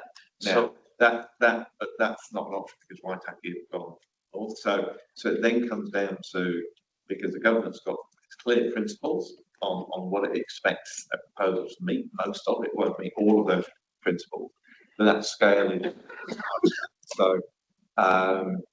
so where would they go right now? I mean, I think if let's say we decided we want to stay alone and Dunedin want to stay alone and the other two join up, that could be an option. Whether that's feasible or not is another point. But equally, the 4 councils, the ideal world, I think, for each council would be to stay in their own pool, with their own offices and their own communities, and then maybe the discussion is that by doing that, the 4 councils provide evidence that they could manage the regional services. Yeah. Because we've got a very compelling case that if we're looking at rate capping, why would we do any of these? Because they're all going to be more expensive. So from a fiscal point of view, if we're mandating to reduce our rating, why would you do some of this stuff? Because we know it's going to be more expensive. So because they're not doing it for the next 5 years, they're doing it for the next 50. Right? And just a point of clarification, Waitaki has made a decision. Yeah. But that doesn't mean that that's what's going to be accepted in the Head Start. I think in relation to the unitaries, they make sense when there's scale. And it's very challenging for any of those rural councils to make it work without having done North Queensland in, but their populations also don't go in with 30 Queensland. So it's a little challenging for the 9th of August. Yeah, to your point, Cody, the next 50 years, I see CODC and QLDC very much aligned. That's where the boundary ends for me. That's what I mean, and so does the government. That's why they're like, jump on the regional deal. And every time I hear from ministers, they're like, bring CODC into it. So I can tell you what will happen if we don't take action. They'll go, you and CODC do it together and get on with it. Maybe it's good for them to make that decision, not us. Well, that's exactly what they're doing here. And they want us to do that. Yeah, and that's why it's like, we'll sit here and be complicated. It's going to have time and resources. They've done this, that's what we want. And it'll be obvious, but It is quite smart, though. Well, make them make the decision. Yeah. Well, Because they don't want to. Don't spend your political will and capital. Yeah, well, time and energy. It's exactly the same as the water reform. It's just they lift it up. So, I mean, probably just looking back at the Head Start criteria for government, that's the criteria they would use to assess proposals. Deliverability, can it be done? Does it support the new planning system? Does it simplify local governance? Are there economies of scale? Does it maintain local voice? Well, there we go. There's a bit of a tension straight away. And then how do the management partnerships fit into all of that? So that was their matrix. That was their test for what they would expect Head Start proposals to talk to at a high level. T's and C's apply. Special offer, while stocks last. That was what they were looking at. Yeah, and so the types of reorganisation that you can propose, there's an implied end on these criteria, which I guess you could say isn't there and it's an or, but it very strongly implies that a proposal needs to be at least putting together something and something else. Yep. But it's not saying you don't have to have a proposal that says you put everything in a region in one place, but if you put forward a proposal that left it the same, same number of entities, which the proposal we're talking about would, it would technically solve the problem that seem to be worried about for Otago, but it wouldn't really be in line with this, which is with the intent of Head Start. Doesn't mean it would be declined in a backstop process, but in terms of Head Start, which is I think why Morrison Lowe and the Mural Forum didn't include it in here, because that's essentially the status quo. But what do you do with the regional functions? Why take it made it no longer status quo? Yeah, that's true. So, Yeah. so what we need to do, because this question was asked when we were talking to the officials weeks ago. Yeah. And although that was an interesting group of officials, but that could that be done? What does the government want to see? And they said they want to see the regional entity removed, and they want to see that those functions, as many of them as possible, integrated into unitary authorities of whatever scale work. Yes, in the long run, the large ones would be, because they said that is seen to be an efficiency in itself. So you're not having to go, when you apply for consent for something, you're not having to go to the regional council and the district or city council. That's it. So now, there'll still, so if there was 3 or 4, whatever unitaries across Otago, it still means it's just one-stop shop for applying for consent. That's what Chris Bishop wants to see, and that's what having 3 or 4 unitaries would do. Because there's no need to apply at the regional level. It's all done like, that's what they want to see. You could say if you ended up with 4, that's fewer than 6. It is, exactly. Could I just jump in as well? I don't disagree with any of this. I think it's a really rich conversation. Just coming back down to the practicalities around anything we put in on the 9th, we are probably going to be within days, without giving too much weight, of possibly signing and announcing regional deal, right? So in terms of messaging and how that is to the state minister. Yeah. So we've got to make sure that we've got some real alignment there, because it is just very, very close. It will be within. So let's try and, I think we just got to keep that in the back of our mind as how we're presenting ourselves in the Head Start process and this currently. Is there a requirement to put in, I mean, like, if we don't see any, if we don't send a note, we just ignore it. And they're only wanting to hear from people who are actively wanting to. No, they want to hear from They want to hear each from region that something is happening and that there's a commitment to something. Not necessarily, there's not, the process itself doesn't require that, but reputationally it would be advisable for us to have some form of communication. Right. But that communication could be as simple as we're still working on this, we need more time. So, I mean, all I was trying to say is that it wasn't included here for whatever reason.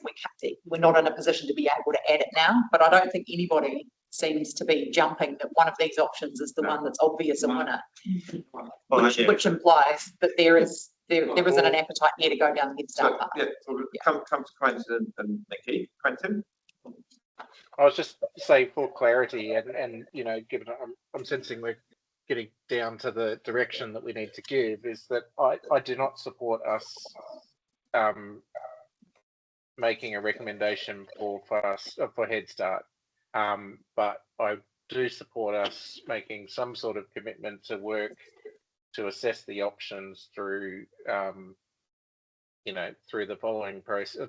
Can you continue to investigate the options and do it in the context of the regional deal? Is there a risk? I don't support a Head Start at all. Okay. Nikki? Sorry. Thanks, John. Yeah, I agree with Quentin.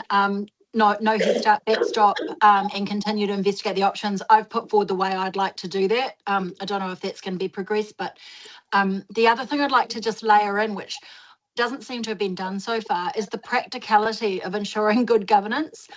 So at the moment, if let's say we were looking at 3 unitary authorities, the amount of work that would take for councillors to do good governance around the table, because you'd be doing what the regional councillors currently do now and what we currently do now, it would just be practically impossible. So I just think some sort of layer of sense checking across the, you know, the options that come out, and that will go through the pros and cons process of, you know, does this enable good governance, not just local voice, but actual governance. Thanks. The interesting part of what the Chief Executive also said this morning was that the government enabled it. They put the new authority in place. It was formed. He was the Chief Executive, and they hadn't even determined what the governance was going to look like. So these things can happen faster than anything that would be reasonable governance, Nikki. Not that necessarily be the case here, but, you know, it sounded like if there is a desire to make things happen faster, it could happen a lot John, faster. sorry, John, I'm just talking about if we go through a process, I'd just like that layer to be considered by the people that are giving us advice. Yep, sure. I think that's right. We need to emphasise that. You're right. Thank you. Yep. Right, so I think we've landed on the fact that where we are right now, there's an option that we would leave into, put into Head Start, even if there were other councils that were on that same train. Our gut reaction is the whole of Otago is not where we see in terms of one big super council. We are looking to see how we can move to be able to pick up the work of the regional council. Right? So that's going to have to be picked up. We've got to work out how we do that. So that's that. What's the hyperlocal, sub-regional, regional? How does that feed out to the structure? That's the work that we need to carry on doing. So it's not a middle finger to government. It's not a rushing towards them with open arms, but I think that yes, we hear the message. Yes, we're working on it. We are a big region. We are quite diverse. We're not small adjoining councils, so that's going to take a bit of time. But we know we have to work on that, and I think that is probably the messaging. Community consultation and that message. Well, yeah, because that's down the line. There's quite a few things. And that will be a discussion for the different councils to work out what resource they're able to do to take this piece of work forward. Because as you say, it's not something to be underestimated. But as Cody says, it's not something that to be over complicated. So there'll be a middle line. First one to up their clawed tokens subscription wins, and it'll spit it all out for us. So I think, yeah, and that's really good because we continue those conversations with the mayors and the mayoral forum. We've got the drop-in sessions next week. I want to hear from our community, our business community as well. Can I just ask one question about that? So in terms of continuing the work, obviously that's something the mayoral forum will discuss and should be a centrally coordinated, but probably will different to this going forward. We will have a bigger group of people from working across councils and things. We wouldn't wait for the backstop process to be announced. We would. I think we need to morph and continue I to think do we it now. need to carry on. Yeah, and I would personally like to see it be not just the mayors together. If there was like a working committee that would maybe a mayor and a council or a couple of councillors from each council doing that. I mean, most of it's online, and because I think sort of in the same way as at an officer level, there would have to be a framework to do that. And I think Everyone doing the CE forum in the same way. Yeah, because for me that value of as a group of councils, a bit like the metro sector, where you actually hear from other mayors and other CEs and other officers in the same room is really valuable. So how we do that without it ballooning out, right? Because we're all pretty busy. Yeah. The only other element is, I guess, and it's probably implicit, is to continue engaging with iwi. Yes. Through the process, which is required. Yeah, and if there were to be a more formalised working group than the mayoral forum or just the mayors on the end of a group chat every Wednesday, then bringing Mamapedo into that would be really well, it would be expected rather than a good to have. Thank you for Get that integrity of catchments that Justin Tipper talked about. I think is really important. That's IQ. You guys, I think we've got a good steer there. Trying to move forward. Well, yeah, just to clarify though, the steer is being taken from John to the mayoral forum. Are we needing to give direction to anyone? We don't do it. We will have further workshop on this. Okay, cool. This is the general direction. Yeah. Okay, good. So we original option one is off the table as Cody proposed. Well, that's the way. It's just the, that That's John it, Taylor. yeah. We can't make a decision on that. Just want to make sure. Me too. Appreciate it. Excellent. Okay. Unless we get a hostile takeover, right? They're the councils, because they can do that. They can. We can. I think I'll say. I don't think they want to. No, I don't think we'll. I think I'll be the ones that super keen on it. Surprisingly. Yeah.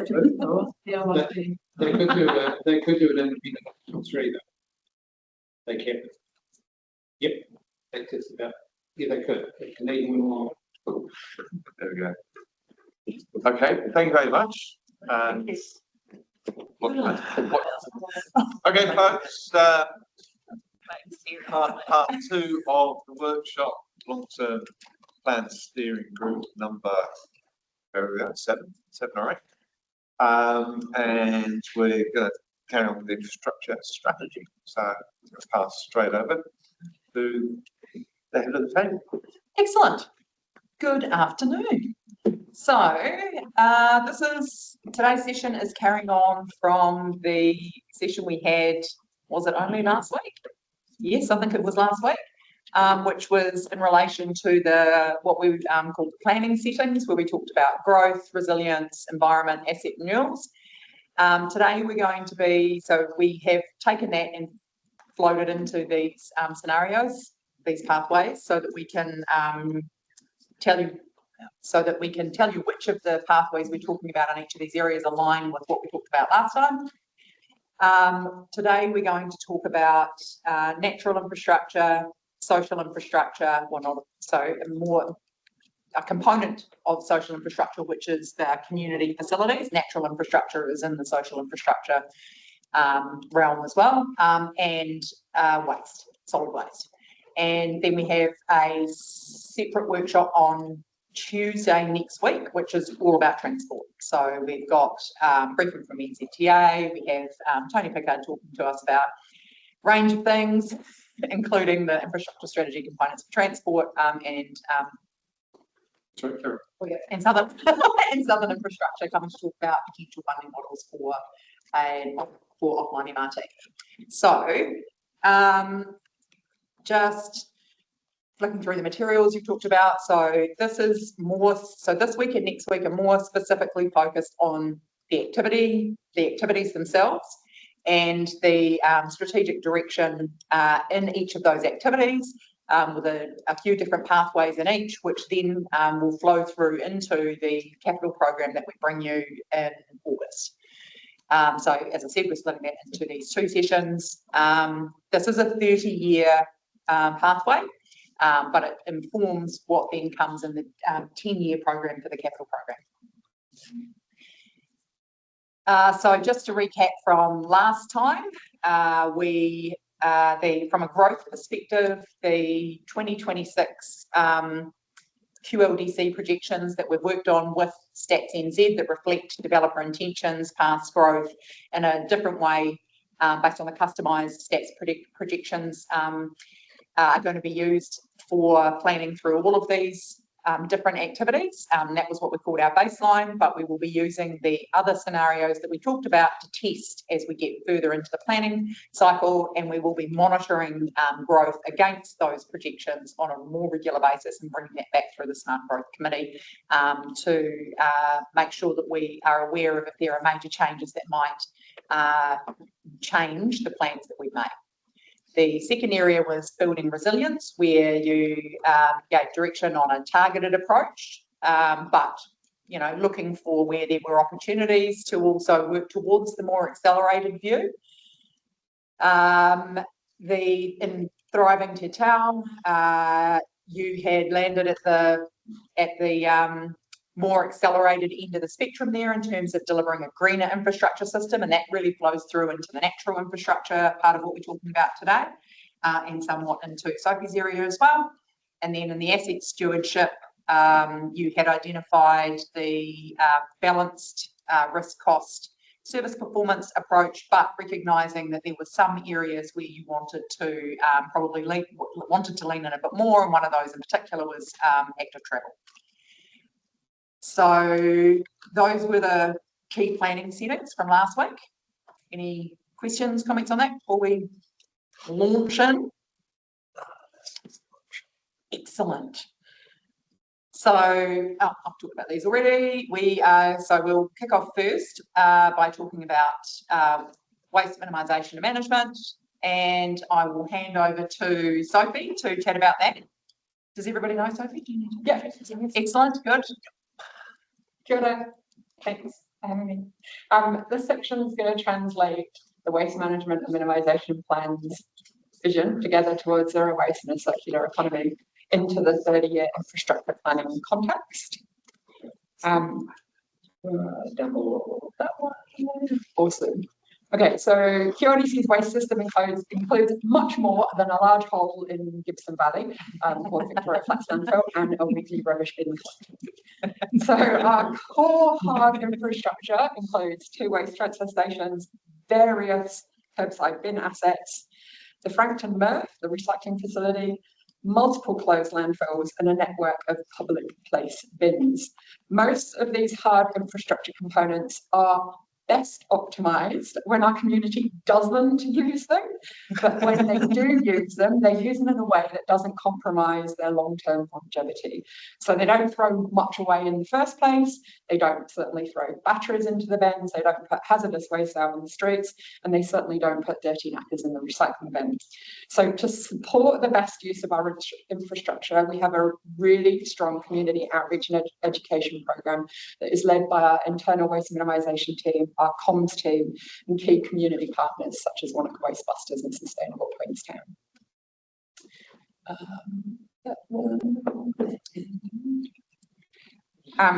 So I just wanted to say that based on the latest stats, you probably all read this, so I'm just going to use some highlights. We're now sending 1,000 tonnes of waste to Vic Flats every week. Construction and demolition waste is the largest contributor. It makes up about 34% of what's in the hole in the ground. Food scraps and green waste are the major components in our household bins, 55% of our household bins. And more than 2/3 of what's in the hole in the ground in Gibson could be diverted through interventions, including prevention, not making waste in the first place, reusing stuff more, composting organics, and recycling more material. The significant issue isn't a lack of disposal capacity at Vic Flats today, but it's the weekly loss of recoverable components, resources, the emissions generated by waste in the landfill, and the finite capacity of that landfill, which at today's rate has about 30 to 40 years capacity. So simply put, growth in our district is increasing the pressure on our long-term landfill capacity and our existing infrastructure and waste services. So I'm going to spend the next couple of minutes just looking at this slide, and then I'll be done talking. So I'm going to quickly look back to go forward again. So our key strategic guiding document is the Waste Management Minimisation Plan. It's mandated under the Waste Minimisation Act. The process involves a waste assessment, which is an analysis of the flow of all the materials moving through the district, those tonnages of the materials, the existing infrastructure and services available in the district, to understand how they're managing and minimising all of those waste arisings within the system. The WA then looks at all of the options available to improve that system, and it requires council to determine if the system meets our district's needs. Once this is complete, we engage with all of our stakeholders, we draft a WMP to improve the system and meet the desired outcomes, and then we publicly consult on a draft WMP. So this was undertaken last year with the previous council, and it resulted in us adopting the WMP at the end of last year, September 2025. So what I wanted to place in context is that if we diverge significantly from the adopted WMP, we're required by the Waste Minimisation Act legislation to go back to special consultation, specifically on the WMP. So to set the tone for the 30-year infrastructure strategy, we took the 5 objectives in our current WMP. The first 3, prevent and reduce construction waste, prevent and reduce organic waste, enhance our waste minimisation infrastructure. These will target the largest landfill streams through targeted infrastructure and service investment. Then fostering zero waste behaviour, working with partnerships, strengthening regulation, policy and advocacy, recognise that building new infrastructure alone won't achieve the desired outcomes. So working in partnership with the community, we can achieve these goals by working on these objectives together.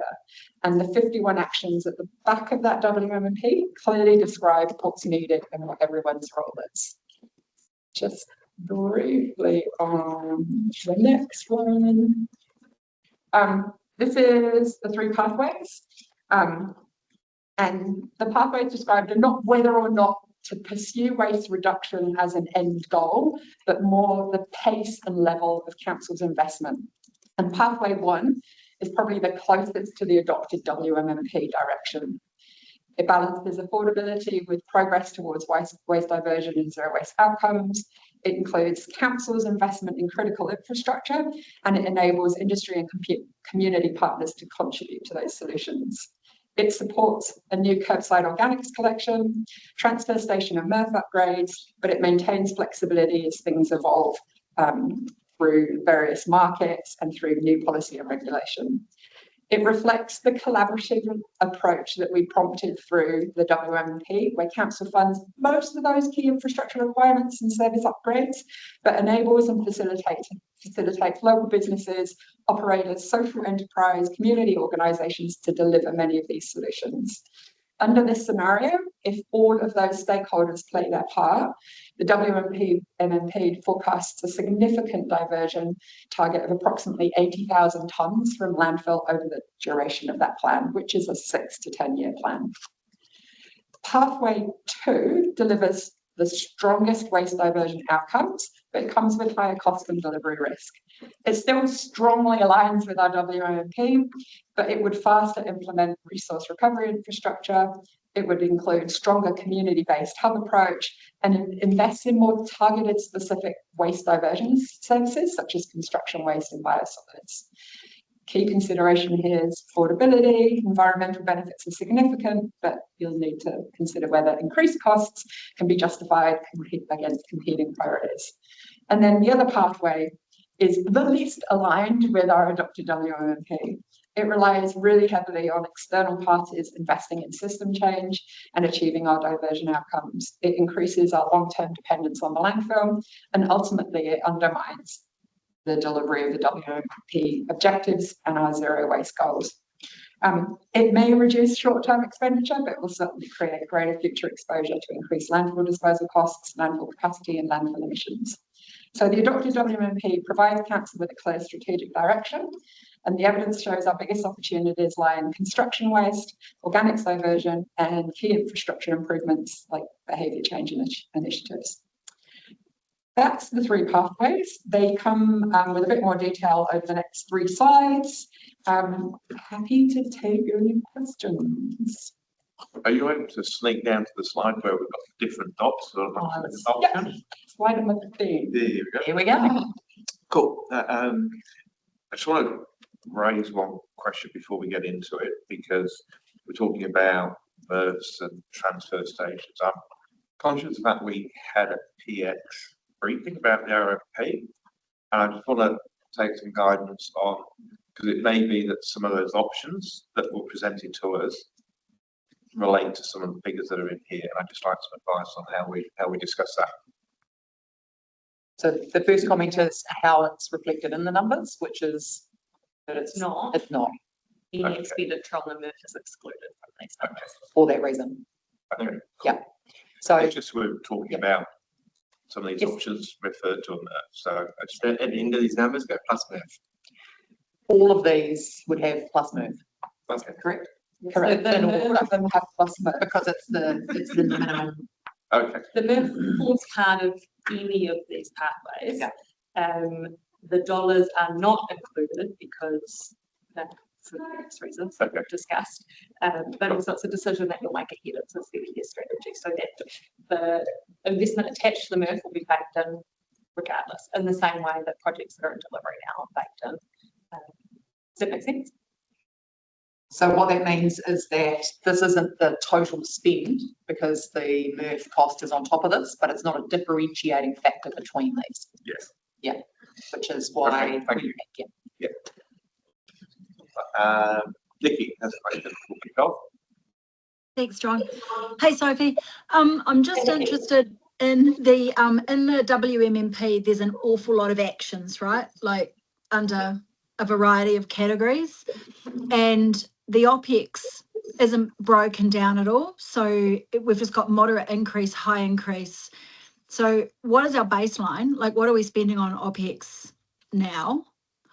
And I do have one specific OPEX related thing as an example that I'd like to see progress is the bylaw. Like, to me, bang for buck, we need to sort construction waste out and deal with some of those things. And some of that is OPEX related. So could you start off with what's our baseline OPEX and how do we get some visibility over which actions in the WMMP you're prioritising so we can see whether they're the bang for buck ones or what we think is bang for buck?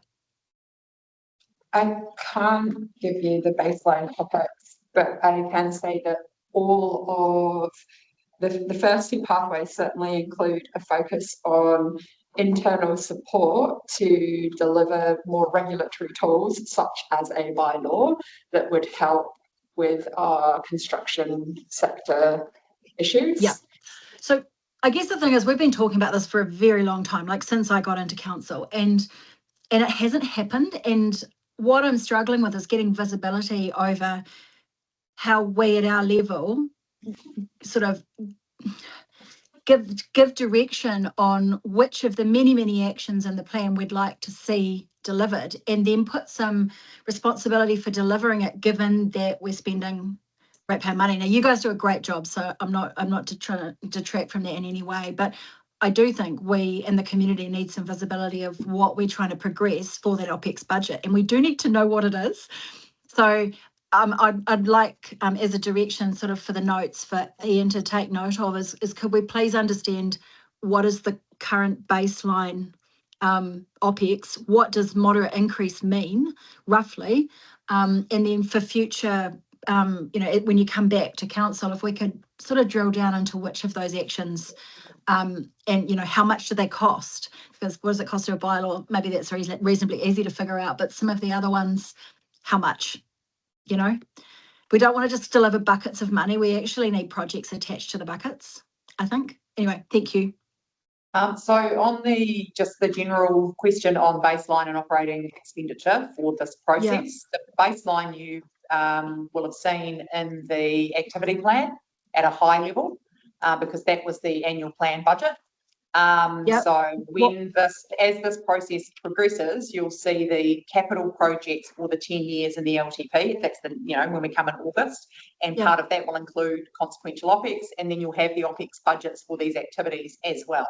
So that part is, because this is a staged process and we haven't got through all of that OPEX budget yet, we're just indicating here on a quantum basis to inform. Your other question in terms of the actual actions, have you put a monitoring report? Yeah, we've been working on the framework for how to report on those actions. We haven't quite nailed it, but we're progressing it, and agree it would be valuable to bring to you on a 6-monthly basis progress on each of those 51 actions, possibly in line with how the CBP do it.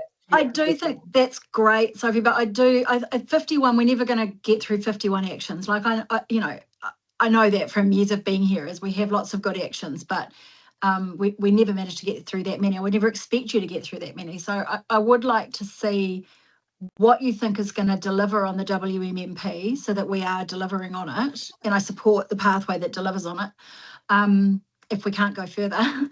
But I think we need some specifics around what you're planning to progress, and then we monitor those, not just I've got 51 actions and we're progressing some of them, because some are key, like the bylaw. I think we need to get construction waste shifted, and I know you think the same, but some more specificity would be really good around the OPEX projects.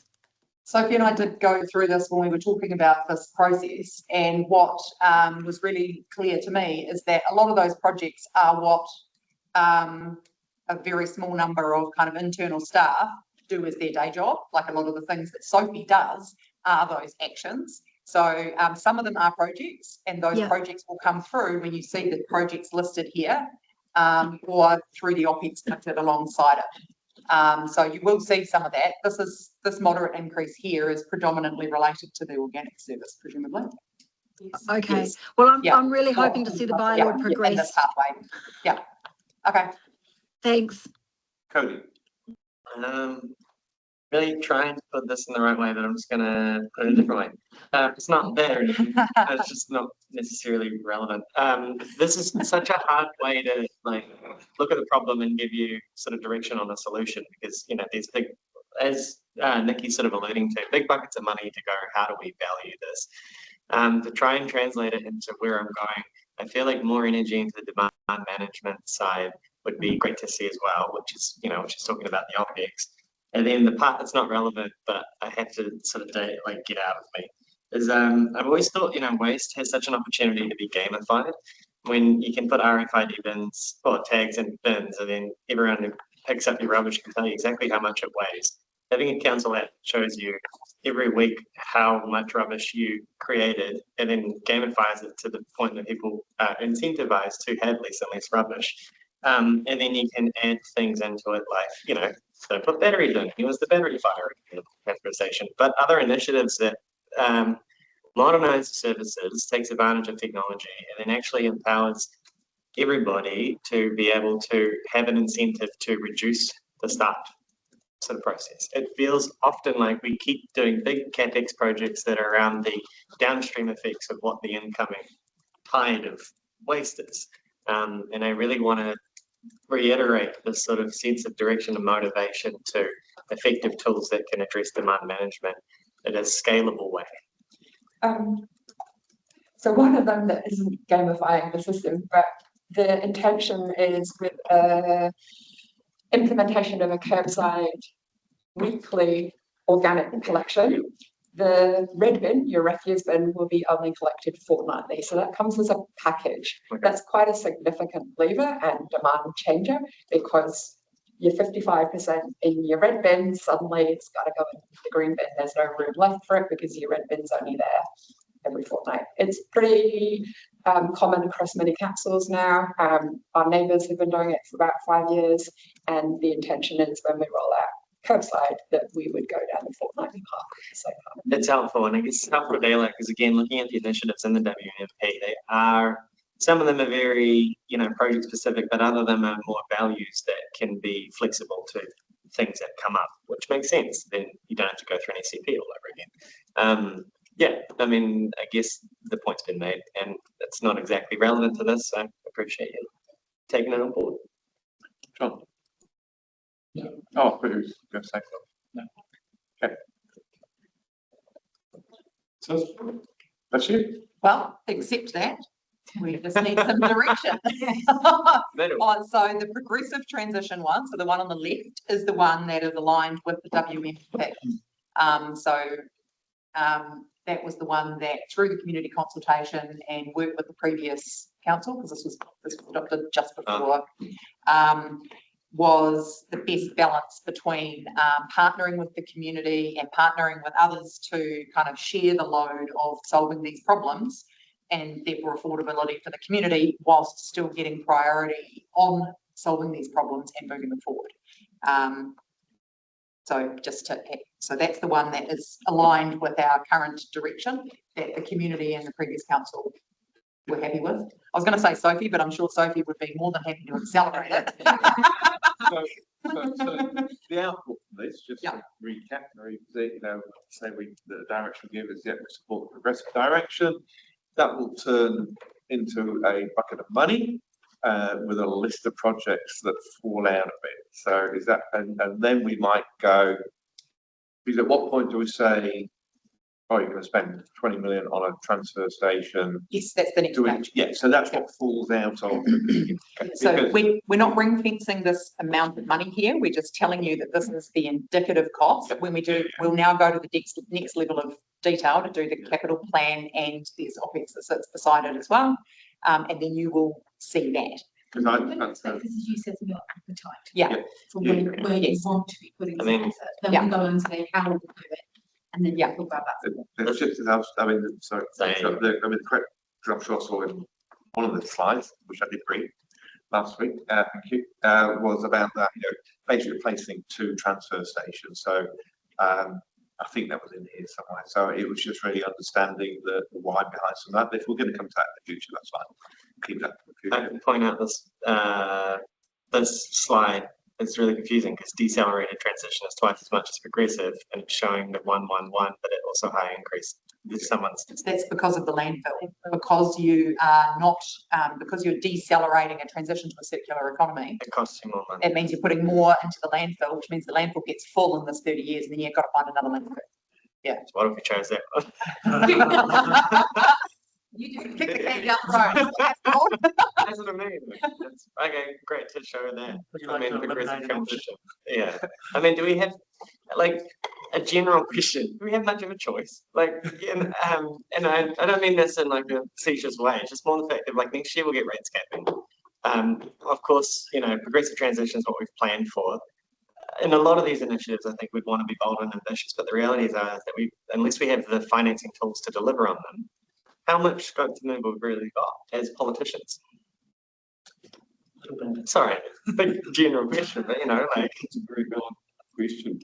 These things have costs associated with them. If we Yeah. get more, they have costs associated with them. And I think we start to see those costs that that's where the hard decisions need to be made. So, yeah, but these are the things that we go through when we're doing the planning, the royal we. I don't actually have to do the capital program planning. And so, part of this is just showing you all the things we look at, because in order to work out that progressive is probably the one that's best, yeah, you have to look at everything and then go, hang on, where's the middle ground? yeah. I think from my And that's the same in all of these. yeah, it's not so much, whether we value this in itself, it's how we value that in comparison to natural infrastructure, in comparison to resilience, all the other stuff. And so in isolation, but It's a good starting point. yeah, sorry, I don't mean to throw a little cannonball into the process, but yeah. So my follow-on to that is a really good point, Karen, is do we have a consistent process for triaging the priorities? So do we have a set cost-benefit analysis process that we could apply to whether it was new tennis courts or whether it was a new transfer station or whatever? Because that's, and I know there is obviously some NZTA voting, you have to do that. A lot of the other stuff you don't. So how do we have as politicians, what is the bang for the buck cost benefit analysis that's consistently applied across those different decisions? So that's what that's more at the capital program level, so the next layer down. And yes, we have historically had processes that are more varied across the different parts of council, and we have last time we brought that together a bit more. There's been changes in the organisation with the implementation of the EPMO and all of those kinds of things, trying to get some more consistency across that. And we're just going through the process now to when we bring you the capital program information, are you seeing the same information that can be compared for, like for like, recognising they're not like for like, like the arterial road and a library for the Southern Corridor, very different. But that is what we hope to be able to give you as part of that process, is how you can put them next to each other. It's transparency of trade-offs, Yes. acceptability Yes. of information. So Yeah. you've at least got that Yeah. spread. These aren't the breadth of our organisation, the investment decisions you've got to make. They are not easy trade-offs to make. They're not like for like. They're not apples to apples. But that is the point of having a local government body to make those decisions. And at this point in the process, effectively. and at this point in the process, we're not asking you to say, is this more important No. to you than transport? What we're asking you is, in the context of this, which is the pathway we need for us to take to that next level of planning. Now, waste is it's a bit different because we've actually got the more detailed planning because it's based on the waste minimisation plan. But This solves two purposes. This serves two purposes for us. First, it's to help us refine the next piece of work to bring back to this table. Yes. But it's also a point to remind all of us of the strategic decisions that Yeah. have gone before us. Yes. Sort of bringing you back, centering you back in on the topic so that you can reorientate yourself for the work that's ahead. But surely, that's all. We have to keep doing that, don't we? As well as the fact that growth we're now recognising that growth is happening faster than has previously been projected, and expectations are probably rising as to how well we will manage the impacts of growth, and the potential of additional funding mechanisms. So that's where the choice potentially comes in. We can choose, if we've got the option of saying that and justifiably making the case that the need to do this is because we have rapidly increasing visitor numbers, way beyond population growth, which is already too fast anyway. So we could sheet it back to that. So any new funding mechanisms that relate to growth could then be said to fund a more accelerated transition, because the progressive transition approach will probably only just keep up with increasing demand. So unless we really invest, we're probably not going to shift the dial too much. It feels quite similar to the conversation we had around your environmental pathway a week or so ago, right? And actually we want to be really ambitious in this space. We understand there's some affordability tensions in there. And so the challenge on us was to go and figure out how do we best optimize what you've got to maximise your outcomes in that area. And potentially, if you were to say we do want to lean into a bit more acceleration than what's set down in the WMP, that action falls back on us again. And to the cost benefit analysis point, if you did pick a more accelerated pathway when it comes time to explore a construction and demolition facility, it still has to stack up in its own right. You're not committing to making those assessments, you're committing to exploring whether they stack up or not. That subject, that topic, sorry, that thought, that lens will probably come through a bit through this process, because actually that's something that Tanya has raised as we've been working through this, is, you know, a different way of thinking about the projects in the LTP is that's, you know, those projects, until you do the large ones in particular, until you do the business case and the detailed work, and that's when you're actually making the decision. And this goes to Nikki's point last time when we were, a few sessions ago, when we were talking about the significant decisions. The significant decision about how you do some of these things is actually made at the point you do the detailed planning. It's not made now. So what you're saying now is this is a problem we need to solve, but there's still an actual decision to be made when you get to the point of actually committing the investment. So that is a slightly different way of thinking about it as well. I think, I mean, one of the differences here is there are other players in the sector, right? So we've got a whole commercial set of operators that are also duplicating some of our services, not so much the education side or the household bit, but in terms of, you know, C&D waste, there's a whole ecosystem of operators out there. So how do we turn up the dial? So who's best placed to deliver the impact, I guess, you know, and how do we drive the people to use those services? Actually, it might be better spent than us creating our own set. I don't know. So I think that's, we need to again think of that in that sort of who's best in the ecosystem to deliver the change that we know we need to achieve. And that might be the punitive prices at the landfill versus, you know, whatever. I don't know. There's, Nikki.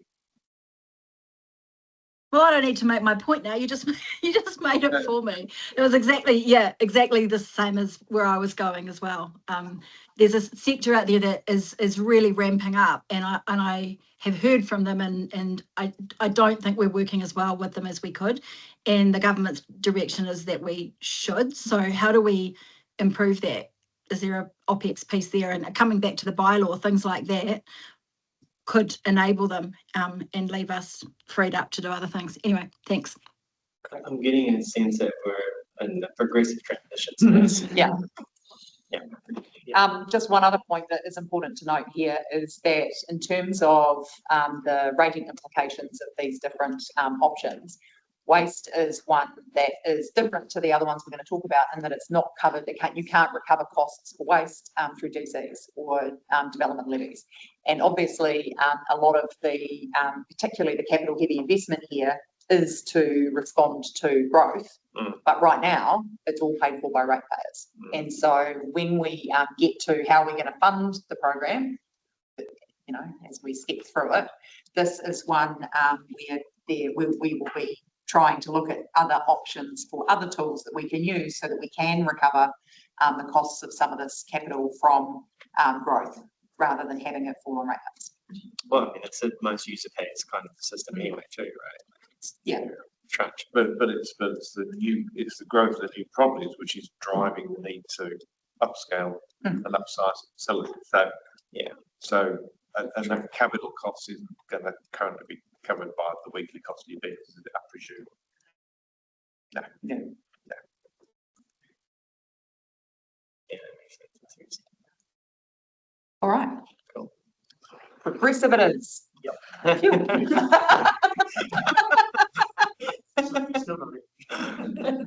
Was that ever in doubt?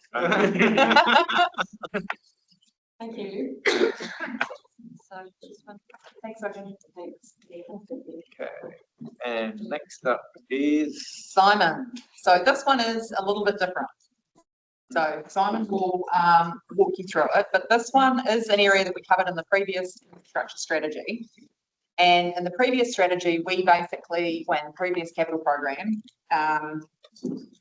we reflected essentially what was in the existing strategies. And so what Simon's going to talk you through today is different ways that we can approach investing in community facility infrastructure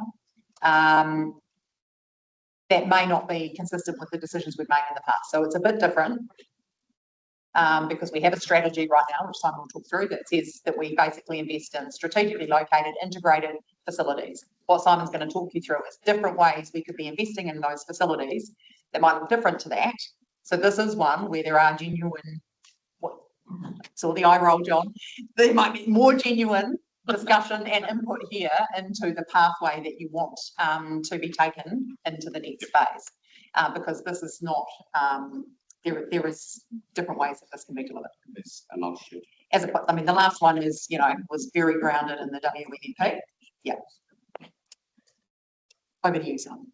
So probably, if I just start, there's been a lot of discussion around levels of service and service performance and what's the level of service in social infrastructure. And I guess for me, I just want to remind council really what that sort of feels like. It's like a promise you're given to the community, right? And that promise really hangs on four things. It's about providing access for residents to get to facilities. So that's a time-based thing, a distance, a travel thing. It's about capacity. So how many of the facilities do we have that people actually want? What type of facilities are they? What is the quality of those facilities? So what's the standard we should be keeping those to? That could be mowing the grass this high or mowing the grass that high, right? That's a different conversation, but that is the sort of quality experience that we want to get. And the last one is, are our users satisfied? Are our residents actually satisfied with what you have promised as council to deliver for them so they can do the activities they want to do on a day-to-day basis? So that really frames, I guess, our overall level of service. Now, the question is then, okay, well, that's great. We can promise that we're going to do absolute everything. We can do 75%, 50%, 25% of whatever that promise is. So how do we actually then make up that, and actually give you the framework in which to make those decisions, right? About how much access you're going to give, how much capacity you're going to give, how much user satisfaction and quality you're going to be able to give. So we use all sorts of things from benchmarks, that's one of the things we've been bouncing around quite a lot. One community facility to 4,000 residents, and you go, oh, great, that's awesome. But when you start applying the numbers, some of those look absolutely massive. And you go, is it actually sensible to do that? Because actually they'll all be within 2 minutes walk of each other, So we look at benchmarks, we look at all the other implications around Freewater's infrastructure, particularly because obviously social infrastructure generally lags behind Freewater's infrastructure because we need water, power, data, and sewage, etc. And the other part of that, I guess, is really around transportation. What's happening in transport? What are other providers doing? What's education doing? What's health doing? And it's pulling all those pieces together, including housing developments, fast tracks, all those other components to build up that framework for you to be able to make decisions about, okay, this is the promise that we've made, and this is what we want to give to our communities. So as I take you through this here today, I mean, we could have done, Penny quite rightly said, we've sort of done the pathways slightly differently. We could have said, okay, you can start and say, okay, let's just start where we are today, do a bit more, get to where you want to get, or you can go backwards, either two. But what I want to do is actually just give you options around the way in which we can look at, I guess, getting a strategic direction that we can then build up the widgets and all those other benchmarks based on the provision measures and all the rest of it. So you can say, this is what we want to, this is the direction we want to go. Here's the projects to meet that direction. And then there'll also be within that, which we talked about before, was what levers are you going to pull? Are you going to say, well, actually, we can, that might come back at $2 billion. You might go, oh, that's ridiculous, right? So we need to go, well, we're actually going to promise 50% of that or 20% of that. And so that will be the time at which you'll be able to make those options and decisions around this project versus this direction as it sort of combines together as an overall program for QIDC. So that's the kind of levels of service. Will be a lever you can pull at the capital program level, and we'll bring you options and ways to do that when we get there. So what Simon's options are about today are the models you use to deliver whatever level of service you're agreeing. It's for how you deliver the network. Yep. So just so we're clear on that at the beginning. This is unlike some of the others where it's not like low level of service, high level of service. It is a different approach. So I'm not obviously going to take the slides as read. I guess I'd probably just go through, probably the significant issue is probably the key one for us. Obviously growth is the biggest issue for us, population growth, visitor growth, all those things. We also have, as was said earlier on, increasing expectations by our community about what we provide, what level we provide, what quality we provide, and how many we provide. And also, obviously, we have this natural resilience component also within social infrastructure particularly around parks. So for the purposes of this, we've actually pulled that out. So the numbers that you see don't include a lot of the natural resilience that was in build stuff that I talked to you about previously. But ultimately, that would sit within a parks budget, social infrastructure budget at the back end. And then obviously, affordability to actually deliver these things. We all know, the cost of materials, building, land, etc., and we have to do some trade-offs along the way. So really, this was kind of just a quick infrastructure roadmap where, we started off with spatial vision. We look at all our delivery strategies. We've got, we spent a number of years doing a multitude of different strategies, which gives you sort of the breakdown really of where we want to go and what the best practices around delivering these type of facilities, type of assets throughout the district. We looked at the models being, as we talked about, the time bound, looking at benchmark scenarios and all those other things that make up how we actually end up delivering things. And then we put it in, we find out gaps, and then we say, okay, what's the direction you want to go in? And then we end up with a capital program that delivers on it. So I'm not sure whether you want me to go through each of these different pathways or just go to the last slide, either or. What do you prefer? It might be just to talk about them at a high level. Yep, okay. So pathway one.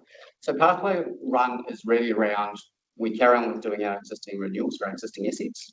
But what we do is we really focus the investment in our growth areas, particularly. So that's, Southern Corridor, Brenton, Eastern Corridor, Wanaka, West, Hawea, all those areas as a real priority. Pathway two is around, instead of investing into our major hubs, which are things like Queenstown Event Centre, Wanaka Rec Centre, our major libraries, our major parks, we actually go, no, we're going to look at a localised model where we're going to invest into delivering sort of, I wouldn't say smaller type facilities, but more services in local areas. Pros and cons for, again, for how we do that. And pathway three is kind of where we came in the last infrastructure strategy, was actually we are investing in our hubs because that's where a lot of people want to come to. But we're also investing in our spokes, which is the localised areas, which include the growth areas as well, as they come on stream.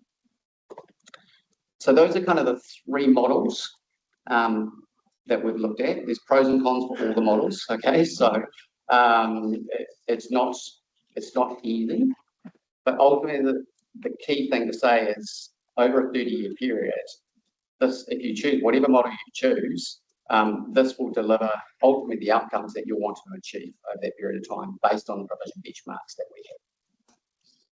Which is the best one then? Number 3.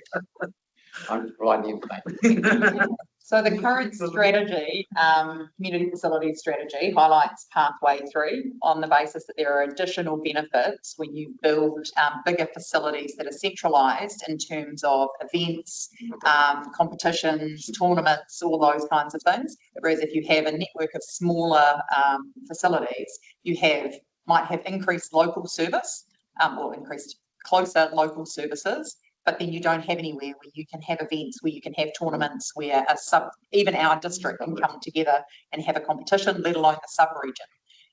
So that's the current community facility strategy has at the core that you have these centralised, strategic, integrated facilities, and with a connected network of local facilities, and then we have this the model that's on the previous page about how far away or close they are. So you should have certain things within a walkable distance, certain things within a 15-minute drivable distance, certain things being these big facilities within a 30-minute distance. Which is most durable in a sort of unpredictable high growth environment? Is there any part of the country that is doing this particularly well, that has comparable conditions? Yes, actually Tauranga has done it quite well on that basis. They work on a hub and spoke approach, and they have looked really carefully at their growth areas and infill where they can in those areas. They probably don't have quite the level of fast track applications that are sideswipe us a little bit around things, but certainly they have taken a very strong investment approach around making sure their hubs are strong, but also investing into their local spokes to make sure that people don't need to travel, they do their trainings rather than having to go into like Queensland Event Centre. They have to go from Lake Hayes across the bridge to go to training on a Saturday morning or on a Friday night or Tuesday night. So yeah, they've done it pretty well. Quentin, perhaps going to a quick question, Quentin. Yeah, thank you. I suppose one of the things that we're discussing a little bit is, what, and you mentioned it before, what is level of service? And, that is different for different types of facilities. So, I mean, I don't think that necessarily means that it's a distributed model. You can have, event centres and things and be driven by a level of service model. But I think we need to be more explicit around what the things we are providing for, and what our targets are in terms of per capita, and and you use libraries for instance, is how many library or how many residents or how many libraries per resident do we provide, or whatever around the district, or how far away from a library do we expect people to be, and the same with court. Sorry. It's quite a cough. Sorry, I'm chasing a rubbish man.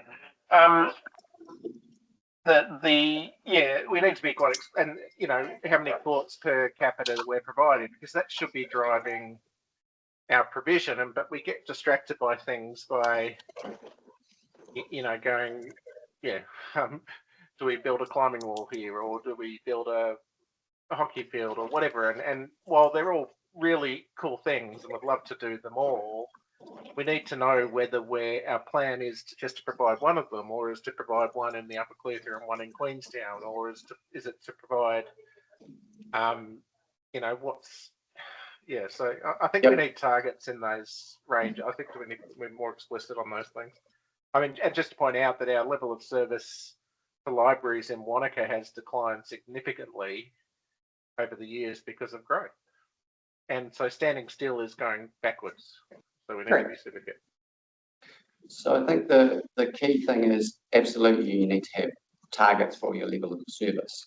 What I would say is having benchmarks is only one element of how that makes up that target, if that makes sense. So if you want to say, for example, we want to have, a good example at the moment, we want to, for the quality experience, for example, for our residents, we want to make sure that the pools are open 364 days a year. right? That might be your target. And that meets your promise to the community about providing facilities that are open during a period of time. When it comes down to widget 1 asset versus widget 2 asset, you're absolutely right. There's different benchmarks for each of those things. You know, courts, 1 per 7,600. Community centres, 1 per 4,000. Libraries are 7.5 metres per squared per 1,000 population for a certain size library, and then another size library is bigger. So there's a multitude of those things that make up our provision. So one of the key things that you have asked is kind of what's the deficit, right? Where are we at now with the deficit? So we've done all that work. Exactly. Like that work all sits behind here. And I mean, I can tell you quite clearly right now that by 2037, the Whakatipu would need 8 new community centres, 1 art performance cultural space. You'd have to extend some space in some neighbourhood libraries, i.e. the Arrowtowns and Kingstons. You'd need extra space, about 800 to 1,000 square metres of extra space in your district libraries, being Queenston and Frankton. You need 5 indoor courts. We're oversupplied in outdoor courts, and we don't need an aquatic centre until 2047. And so that's what is informing the capital program you're going to see at the next level. Yeah. Yeah. So this is about how you deliver at all. It's way more about more than pipes and roads. And I've always said that people underestimate the scale of Hawea or the Southern Corridor growth projections, because the current growth projections at Hawea would mean that is about what we've got in Wanaka at the moment, which would mean that we need 4 supermarkets and 12 playgrounds and 2 libraries just in Hawea alone. So it's I think that we totally underestimate the impact of those scale. We have those numbers. Yeah. And that's what you're going to see. Okay, Nikki's got a question. Thanks, guys. Yeah, I don't know where to go with this, but I wonder about the funding side of it. First question is just around our DC policy as we have it at the moment. If you're contributing to the what's the name of it, Simon? The big event centre, like the regional Queenstown Event Centre. You're not collecting DCs from visitor accommodation, but others you are. And so, look, that's just one example. And I don't know if it gets any more complicated than that, and possibly not. But just thinking, we need to think about how we're collecting money when we think about how we're building this and putting it into the LTP, where the buckets of money go. Have you got any comment on that? Yep. So that's the next phase, which will be your cost drivers, which will say this is a growth renewal level of service. We have obviously existing historical arrangements when things were built about how they were funded, how they have been funded in the past, and how, and that's part of the work that is reviewed financing policy will also be looking at as part of their framework as well. So next Thursday, in the next workshop, there's a session on the growth pays for growth, the growth infrastructure funding and financing, the review we're doing of that, getting your input into the things you want us to look at, which is then feeding together with the revenue and financing policy rates model review, so that when we have these projects, we are able to make sure that we are really clear on how we will recover the costs of growth, the growth related components of these, because when you see the detail of Simon's capital program, there's a lot of growth. And we've got to build new facilities because we've got new people. So how do we ensure that is paid for by the new people? Okay. Well, I guess, and I mean, it does all come down to that, doesn't it? Because if you get your funding and financing right, you can do a whole lot more than. I guess my other thing is hub and spoke makes sense. They're all the same price roughly though, so you sort of wonder, well, where do you lose out? And I guess that's the thing, is how do we put some principles in place around which spokes are more important in terms of helping us achieve our other outcomes. So who's further away? So Southern Corridor isn't that far away from the event centre. Hawea is much further away from Wanaka. So how do we put some sort of framework around which spokes matter more if some spokes get left out, if that makes sense? Well, I was going to say we need to put S's on the hubs and the spokes, because there's more. It's not just one. It's not just a hub around Queenstown with spokes going out. It's a number of hubs and a number of spokes. Yes. And we need a framework. We need people, at the end of the day, the principle is you need to know what you're paying for. And what we don't want, given that it's district-wide funding for this stuff, we don't want one hub and spokes around it getting prioritised over others. And I'm not saying that's what's happening, but it needs to be very transparent for the community that there's balance. Okay, John's got a question and then Cody. Thanks, thank you. Yeah, so for me, it's not the whole range. I think there's other factors that probably need to be considered when balancing up the model. And one of them is what Councillor Wong's been talking about.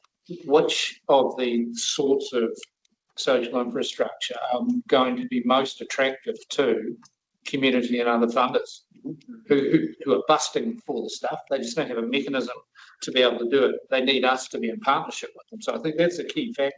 That's usually smaller, but perhaps attached to existing larger facilities. So I think that's something we need to think about. And also, I wonder if hub and spoke is actually a particularly useful mental model, because it's not the spoke that's there's a hub, sure, and then there are minor hubs. The connection between them is the problem. How do people get to and from them? How do you have build equity into that? So that needs to sit alongside. Yep. And then the other part too gets back to our earlier discussion. I reckon some of these would be more logically approached if we didn't have the artificial boundary between here and Central Otago. But that's another story. But probably just to comment on that, we come into the Community and Environment Committee end of the month with the update to the QEDC, CODC sub-regional recreation and sport facility. Let's just call it a place-based plan for sport and recreation, right? And what that is, that takes a view across the central Inc region, but we also, the coastal region's done exactly the same thing. Yeah. So there is the conversation of, do we then look at that and say, well, do we provide, like, for example, we don't have an athletics track, right? And actually, to be honest, at the moment, it doesn't, the provision measure says we don't actually need one right now. But if the provision means that actually we did, based on the population, the use and all the rest of it, then the question would be, well, from a regional perspective, is that a good thing to have 2 athletic tracks in our region, right? Now, from accessibility point, we've got to go mountains, we've got lakes, we've got all sorts of things in front of us. The answer would probably be yes, makes sense. But then you think about something else, a velodrome, for example, and we go, well, okay, would we build a velodrome in the Otago region? Well, the answer is probably not. There's one in Invercargill. Sorry, yes, Invercargill. You know, why would we build one here? And so there's almost, so when we look at these things, we also look at it from not just a local level provision, we look at it as sort of a sub-region, we look at a regional perspective, and we also look at a national level. So there's strategies at a national level for a lot of these sports that says, we don't need any more 50-metre pools in New Zealand, right? So somebody comes up and goes, oh, if we need a 50-metre pool locally, our swim club goes, we need a 50-metre pool. Actually, we don't. No, we need 25-metre pools. Yeah. So yeah, so that will be coming to you very soon. Great. And that is the basis of some of these provision measures. Yeah, Cody, then. It was relevant. It was relevant. I was just wondering, is that matrix coming to us where you've got obviously looking at a district, but then a regional level, so we're going to be able to see that criteria built into that matrix? Yes, you will. Yeah. Thank you. Cool. I have a bunch of political quips written down, but political beast right there. Putting the fun and infrastructure funding in finance. But I think, you know, I want to see you put the gaps on maps. Everything's going to be wrong. It's going to be a Dr. Zeus fest over here. We have gaps on maps. Yeah, because I mean, like, my heart goes to localized networks. I want to see these small communities who've been paying for the cost of these big hubs really see the investment come back into something that's walkable in their own backyard. Because my concern is what's centralized is socialized. It's sort of me and the whole Dr. Zeus. The other aspect to it I feel like is missing for me is the strategic land acquisition. I don't necessarily feel like we've I 100% hear you on the next 10, 20 years what we need to do. I also know that we've mapped out and we've gone, oh, there's deficit of land for social infrastructure in these places, but I don't see anything coming back to go, we're actually going to make these investments now in order to provide for accommodating these future needs. And so, yeah, I guess that's the first question. How do you? So that, so in the last LTP, we did have money sitting in strategic land acquisition, social infrastructure, I think. It was quite a way out, got pushed out in the LTP because water came back in. We actually have it at the moment in the capital program. We have got a significant sum towards that. Obviously, we're working with developers as well, and we're looking at other ways we can partner, we can land with those things. So the localized model, while yes, it can provide a range of services, it also provides duplication, it increases ongoing costs. There's a bunch of stuff, and also trying to infill into areas which you don't have land for, can be quite challenging as well. So it becomes more land intensive and land costly to be able to do that versus looking at growth areas or looking at areas in which we can actually make a difference. But you're right. Right now, Eastern Corridor is a great example. You know, we are looking at that at the moment. We're close with the developer, but we're looking and saying, well, maybe we need to buy some land. Yeah. And then I guess you can contextualize this, like, love this, and it's great to have your report back and see how your brain's been ticking for the last wee while. But to try and contextualize, you know, doing the scattered approach versus doing the centralized approach, and so you don't want to have a half turf there and a half turf there instead of having a full turf somewhere, because obviously that's quite prohibitive. But in the same respect, it's like if your deficit is on indoor courts, can you build 3 indoor courts in the Southern Corridor and 3 more at QEC? I mean, it'd be cheaper, you know, and better for the community because they're getting better access. It's more localized. Like, how do you find? I mean, I know the delineation is quite detailed and it's in the weeds, but just to help contextualize these big strategies, how do you navigate that? So probably, I'll use, of course, as a great example because unfortunately I wasn't here when QEC and the conversation we have around the council table. But the sweet spot for regional events, for the bulk of the events and activities that we run from our local community and coming together, was a forecourt. In the LTP 2021, we have Southern Corridor indoor courts, we have Eastern Corridor indoor court, we have playing fields, we have libraries in the eastern and the southern as spokes to the forecourts. So instead of building 6 courts or 8 courts or 10 courts at the event centre, the idea is exactly that, is we provide those localised, and all the spokes are localised, those localised hubs where you actually can do your training. You know, you go to your 1 indoor court or 2 indoor courts, or you go to your playing field, and then you come together for a competition or event at your major hubs. And that's the concept the community facility strategy is looked at, because that comes back to equity, access, making sure things are, you know, in the right place at the right time. And that's a key feature of the hub and spoke. If you spread your capacity over the localised network, you then don't have spaces where you can come together for those tournaments, competitions, events. You only have smaller spaces where you might be able to do localised, you know, usage. And if you were splitting 4 courts and then, you know, putting them in different places, whether it's cheaper or not, because you've got to put them in multiple places to fill the deficit to get to the total capacity we need anyway. The last question is also, it's not quite as, sorry, the last question is also, you know, like, how do you operationally also focus on the spokes in lieu of like the big hubs as well? Because, you know, it's always easy to get pulled into spending all the time on the big expensive stuff, and how do you do the small meaningful pieces for those communities simultaneously? If you want to speak to that, just to give confidence. I think hub and spoke, I'm going to go for that, just, you know, to help with moving things, but that's what I'm confidence. I think the first thing is to make, I mean, as I said, there are a multitude of that make up what size of something we build, what services we provide in a localised area, what the future population is going to be in that area, and also looking at how does that work practically for delivery of services. The capital delivery, we just had an investment all at the same time to be able to do exactly what you talked about. We've had to pick big things, basically, or the odd smaller thing in a localized area, but we haven't had the investment to be able to go, actually, we want to be able to invest in a hub and spokes at the same time. But then overlaying infrastructure into that, we might go, actually, we want to deliver in the Southern Corridor or in Harwood, but actually they haven't got the infrastructure, through waters infrastructure for us to actually be able to do that. So there are, you know, it's that balancing act of what can we do within a 10-year, well, 1 to 3, 10-year and 30-year window.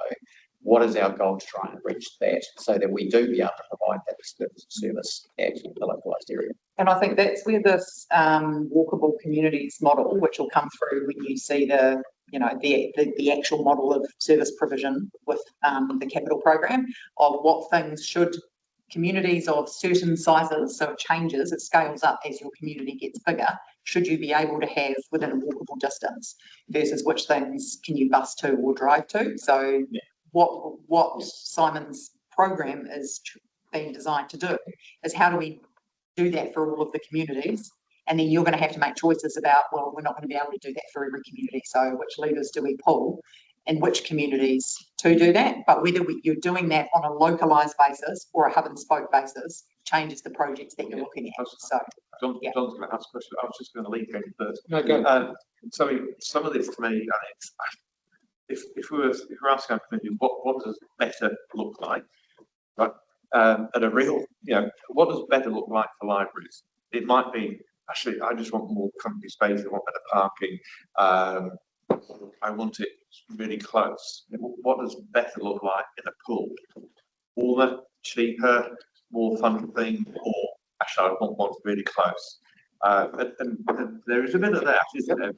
So in terms of our investment, because you can do all of these things, but some things are going to be more important than just the number of facilities. It might be, you know, what does better look like in our playing field? It might not be another playing field. It might be a changing room. All right. Which doesn't. That's a layer that doesn't fit into a centralised, distributed investment. It still does, because I'll take you back. Your level of service, or the promise you make to the community, is around capacity, it's about quality, which you just talked about, it's about the user satisfaction, and it's about making sure you've got an asset that is well maintained, safe, accessible, right? So those are all things that are then looked at when we look at a smaller facility, and again, the assets are all different, right? So you've got, for libraries, for example, we have what we call a neighbourhood library. We then have, which is something like a Kingston, right? Or a Makarora. We then have a local level library, which is a bit bigger, but provides a different range of services. Then we have a district library, which is caters for, again, for different things. And again, there might be a difference between Queenstown and Frankton in those services, right? Because of the makeup of the populations and who uses it. And the same thing applies for courts. You might go, well, okay, we have local level provision of courts. That would be maybe 1 court or 2 courts, but actually a district level provision would be a minimum of 2 to 4 courts, right? So I guess what I'm asking is, how do you draw in that community sentiment from users to understand their priorities? Because we've got benchmarks and we've got models and we've got cash constraints, but what would our communities want us to do in our spending on that particular area? And I guess that's yes, we can go on. Strategies that people feed into to get those in a library strategy. There's a lot of richness in there for what people want to see from our libraries. And we referring back to that. Yeah, for all our areas. So I think, and there are degrees of what you're talking about. So what we were saying, it's a neighbourhood, local destination, I think it's school district. Yeah, so there, and those define the extent and quality of the facilities as you kind of meet different community needs, and they were informed by community sentiment. Cool. I guess what you're saying though is, should we go to individual communities and say, what specifically do you want for these facilities in this community? Or different, you know, codes, right? Different user groups. Oh yes, no, that. You know, that's what that's all part of what makes. Can I just add something before we move to? Okay, Quentin's trying to speak. Quentin, yes.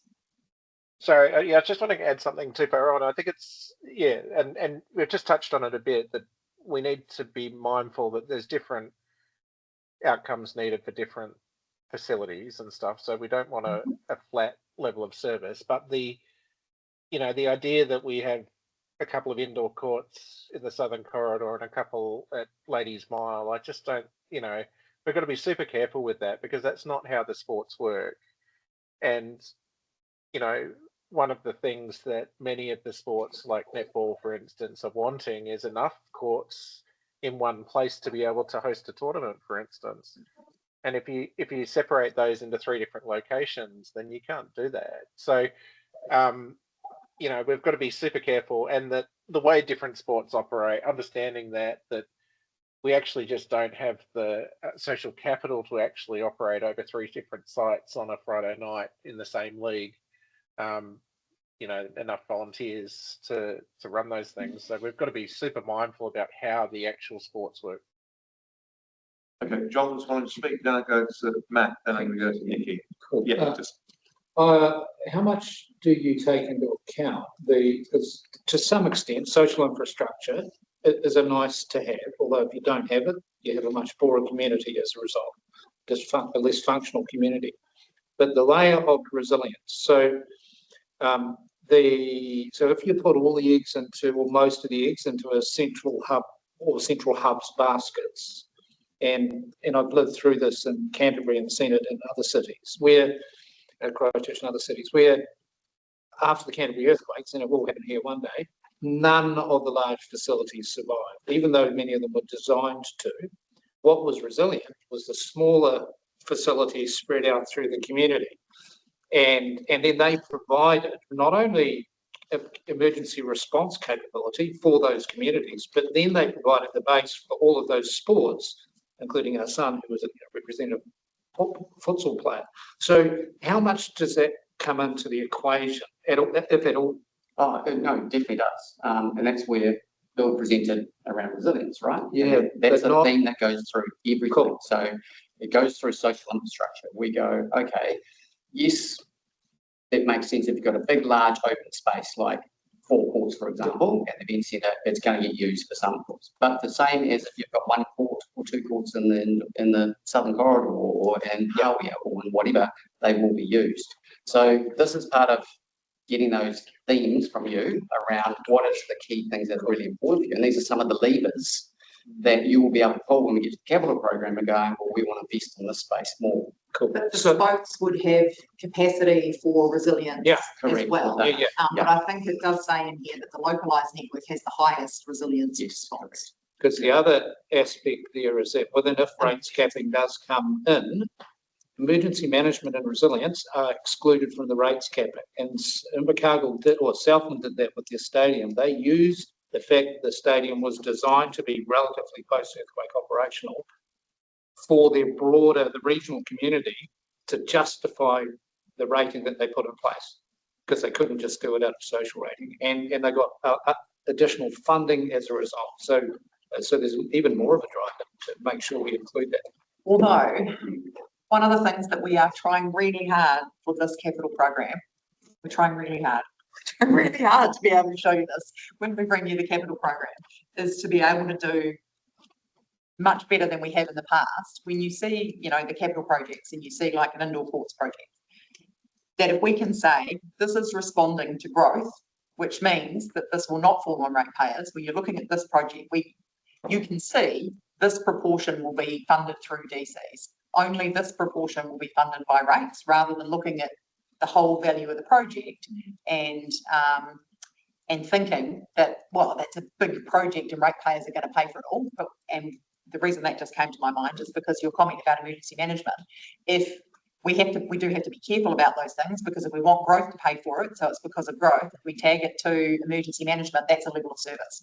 And so that's a very good point that we need to take into account when we're doing this, but we need to make, in fact, we need to talk to about whether that can be brought in through the model.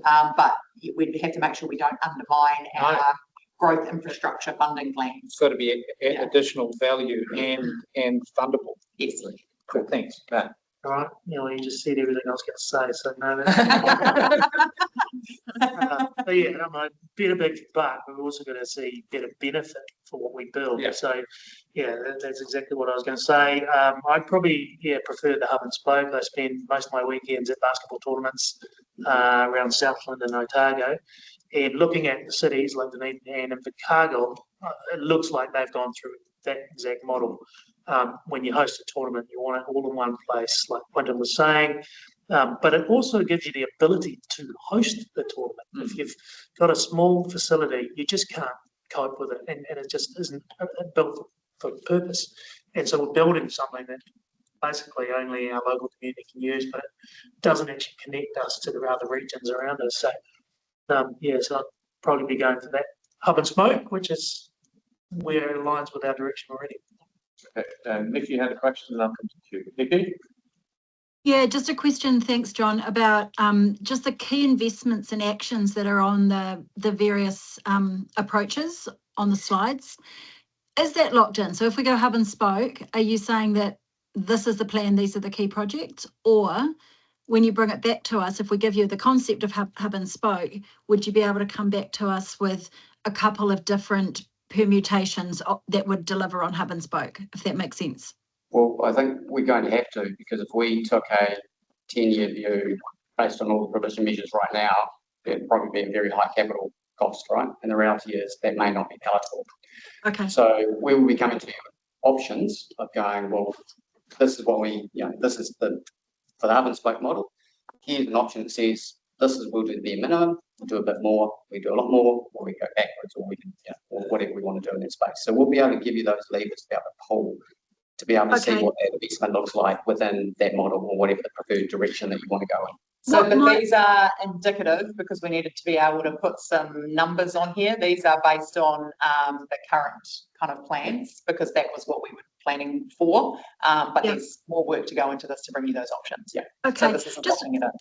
Just suggesting what might also help is just a list of key projects that have been identified as needed either by the community or by staff into the future with, I don't know, indicative numbers beside them. And some might not be able to have numbers, but it would be good to see what is missing out. Because sometimes when you're going through this process, you go, yeah, great. But you can't turn your mind to what's not, what's not in there because you haven't seen it. Thinking of things. We're bringing you all of that. We'll bring you the long list. We just had a conversation about that this morning. And the long list to get to meeting all of these provision measures will be long. I'm sure it will. Is that based on the best outcome or that's the standard we're trying to that's pulling together, that's pulling together the provision measures. It's pulling together what all the other information we know around what we need to provide for our community on what you said as your service levels. And are we including that the asks that we've been asked? Yeah, so we may not go aligned with any of that. What we've done is we've captured those conversations. Within the list that you have, we talked about third-party funding before. We'll be capturing implications of projects that we have in our long list, and our priority list of what funding mechanisms or opportunities for funding and those things. And obviously there are some of these things that we need to put in front of you, and there are a bunch of decisions, to be honest, that we need to ask you. Things like, do we continue leases with Te Aramira? Do we continue leases with PAC, Frankton Library? Do we look at WAC? Do we, John and Ange? There's a whole bunch of things that basically we need some direction from you as we go through this process to help build up that capital program. Happy to start work. Hugh, I hope you didn't cover this, but we've got options up there between 800 and 900 million. But they assume that we solely own these facilities. At this stage, the answer is yes. Well, it does from the point of view that we haven't looked at the delivery model underneath. So does this replace all our currently rented ones like Frankton Library, Te Aramira? Yes, it does. Yes, I have put a line in specifically to cover the cost of those ones. Okay, so just throwing numbers at it. If we only 50% fund them and somebody takes it over and they get outside funding, our multiplier doubles. And if, as I've just had experience in the last year, we 20% fund it, our multiplier goes up to 5 times. So we got $5 billion worth of funding. But we push back on the community that they need to raise the funds through everything from sausage sizzles to going to KKR offshore and getting $1 billion. But we get a big multiplier, and that's something that Councillor Wong's been pushing us on, and we haven't explored. Correct? Yes, absolutely correct. Okay. Can I recommend when you bring it back to make it visual? I don't want to read another spreadsheet. Maps and gaps. Gaps on maps. Gaps on maps. Gaps on maps. We talked about the exact thing this morning. Yeah. We could talk about this all day. Yeah. It's really good. I think we've landed on hub and spoke. Perfect. And we're really looking forward to seeing the list. Fabulous. Thank you. It's the map. With a map. Oh, we actually got again, it wasn't quite a gaps on maps, but it was a projects on maps view from NZTA yesterday about their indicative program, which I think you must be seeing next week. And I sent it to the team and I was like, this is what we were just talking about. Yeah, what's the thing? Yeah. It's all the same But place. it's the same, it's going to fund them.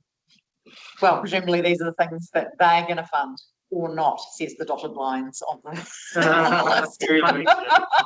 Very ominous. Yeah. Okay. Dum, dum, dum. All right. So I'm going to talk to this one, but I'm probably not going to do it justice because I'm not Bill. And so this, Simon, do you want to come back up? Okay, no question. Simon and I can try and talk through this one. So as Simon indicated before, there is a component of the community services infrastructure investments that is, they're not facilities that we build, they're natural infrastructure that we have, that we support, that we develop, or that we specifically provide, like parks. And so what we've done, based on the conversation we had with Bill last week about Thriving Te Tau, is we've pulled out this, what we're calling natural infrastructure. And so this covers things like wildfire mitigation, rainfall mitigation, I think blue-green network. Yeah, lakefronts, wetlands. Pest programs, park biodiversity programs, yeah, whole range of different things that we already do, right? So that sits already within the social infrastructure, within the parks area.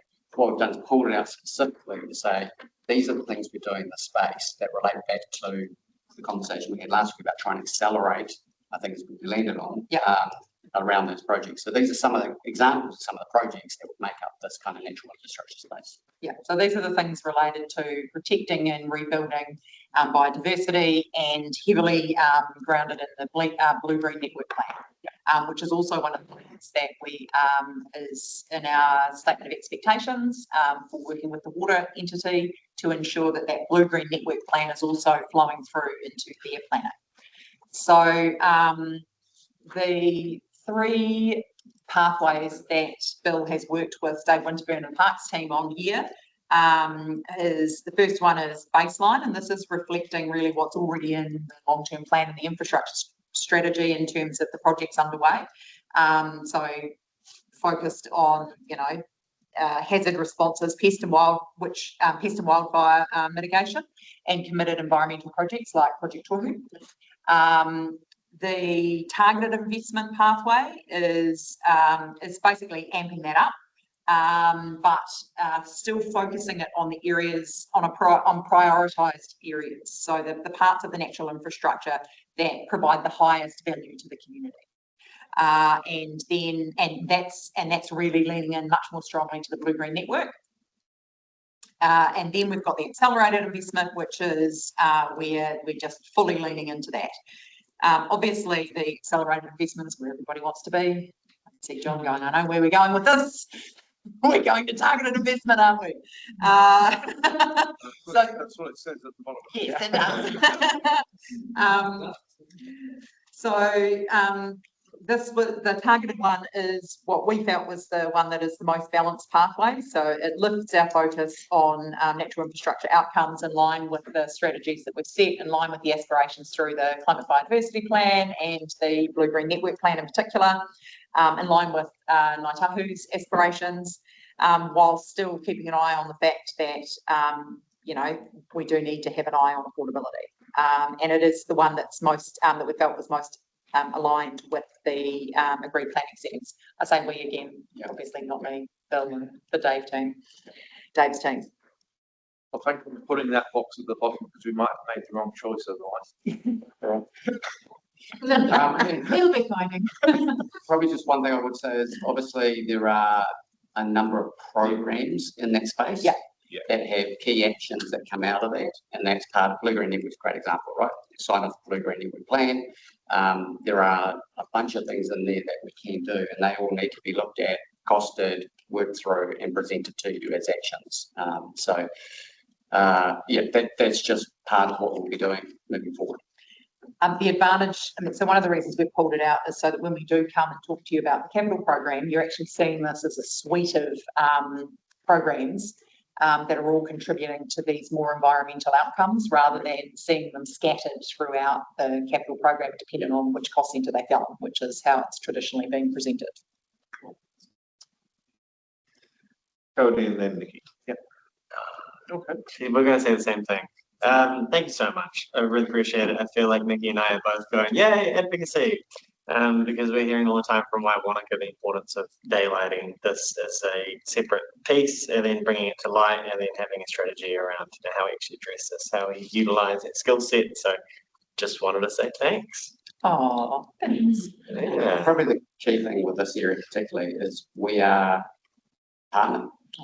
I think it's probably the best way to put it.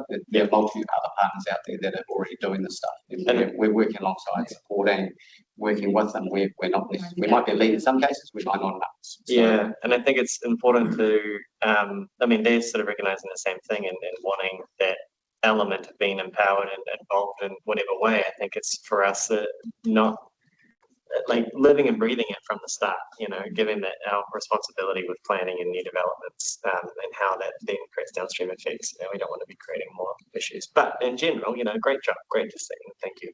I think a lot of the actual investments here are investments in partnering with others to deliver things. They're not us delivering them directly. Like, well, Parks Biodiversity, Parks program is exactly that, and a planting program, same thing. Nikki.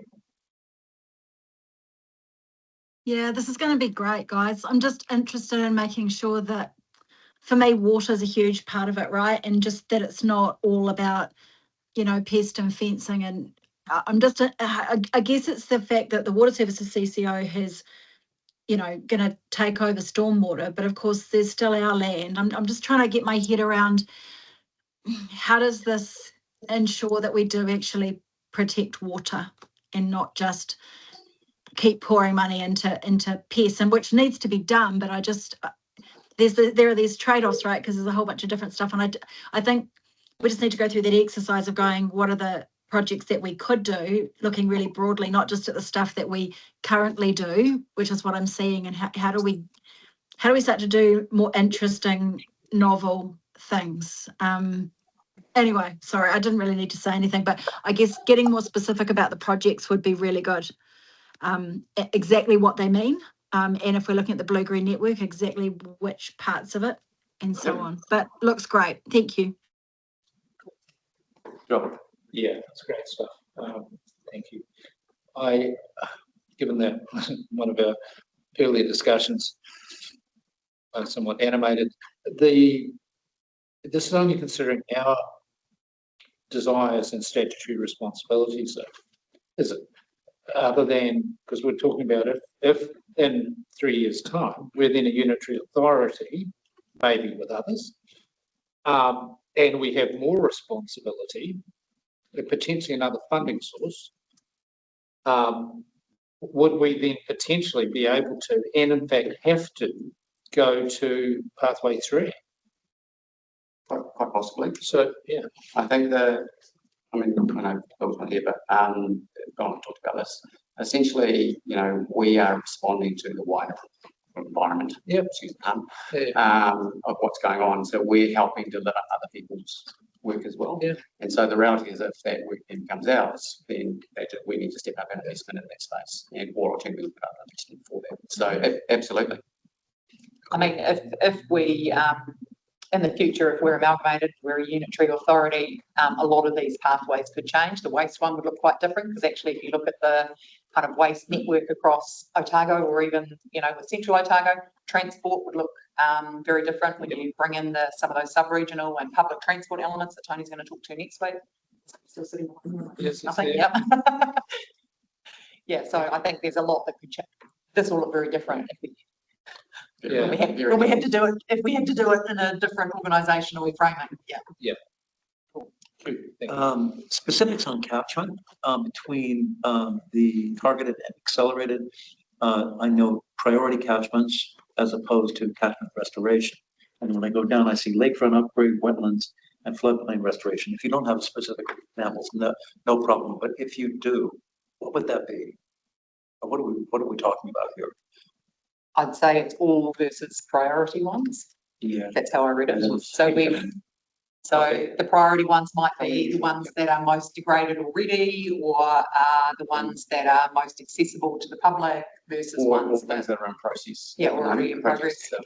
Okay, I mean, obviously, Lake Hayes jumps to the front of everything, but at some point later on, we're going to see actually a list. Yes, that's the next one. Thank you. Okay, sorry. So we have a recommendation of the targeted approach. Direction. Yeah. I'm happy with that. All comfortable. Nikki.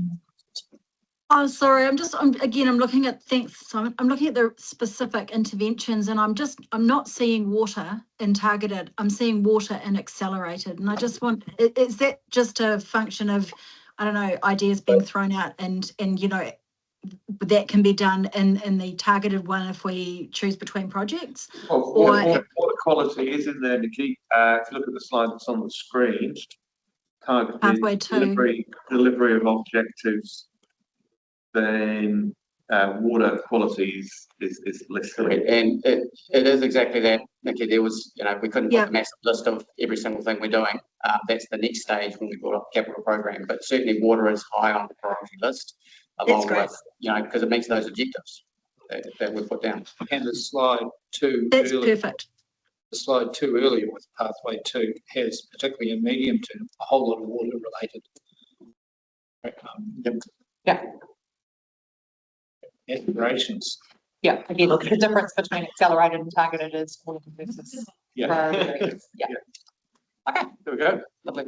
Thank you. Sounds amazing. So. Thanks, Dave. I've been a bit too today. What? I did just want to come back to something, but this is the content for today. Great. Yes. What I just wanted to come back to was actually, because we've just had a session this morning, making sure we're clear about what we're bringing to the first capital session. So there was quite a few things actually that came up today that kind of lined up with what we talked about this morning. So I just thought it was worthwhile to play back that to you to make sure that we're on the same page about what we can bring back.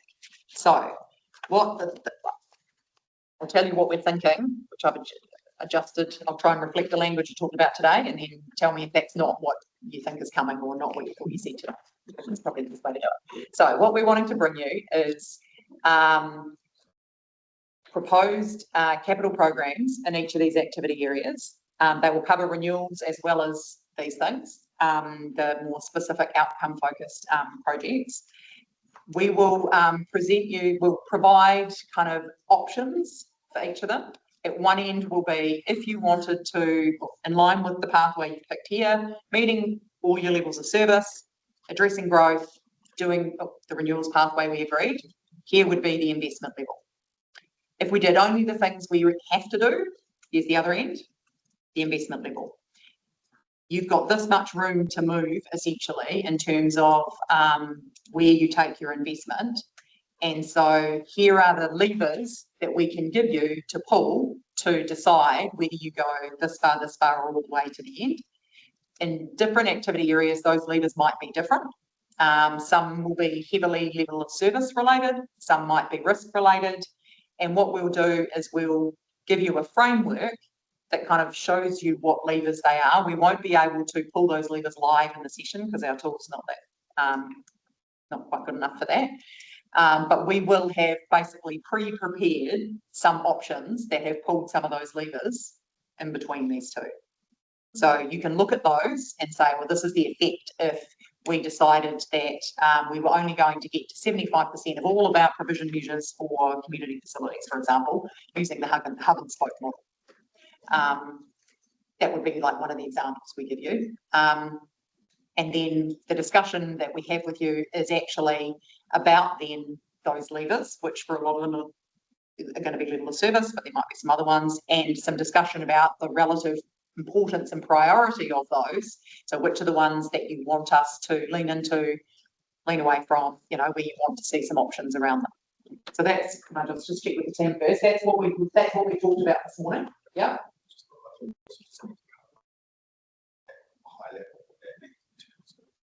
Cost. Yeah. So we're also hoping to be able to have a high level, high level is not the right word.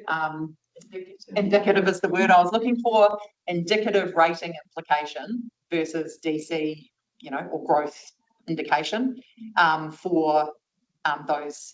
Now, whether we get that for all of the options, or it might just be the bottom and the top, but maybe we might be able to get them for all of the options, so that you can at least see if you went this way, it's more on rates, less on DCs, kind of thing. So that was the only other piece of information. Because the other way is how we might fund those from rates, because if we knew that we could chuck a chunk of this on district accommodation rates, we may make a different decision to if it was having to go on general rates. Yeah. For example, if with the work they're going to do with the ratings model, yeah, we don't want to be preempting to that. So for the 16th of August, it's that intrusive. Yeah. Okay. So for the 16th of August, we won't be able to do that because the rating review process, rating model review will still be underway. You'll be having the same conversation alongside it, and we won't have then built the model that enables us to model what that looks like. But the team will be able to do an indicative estimate based on our current model.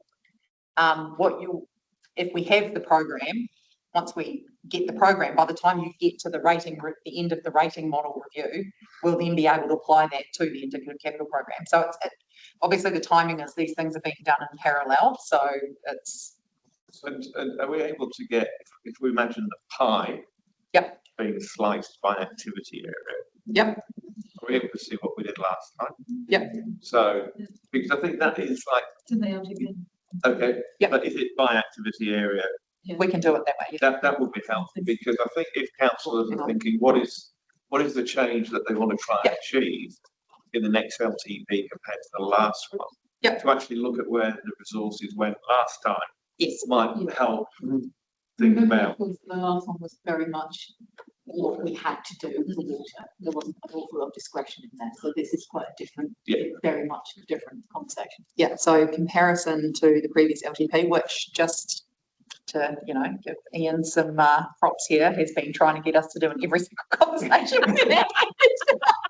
Go hit some at the table.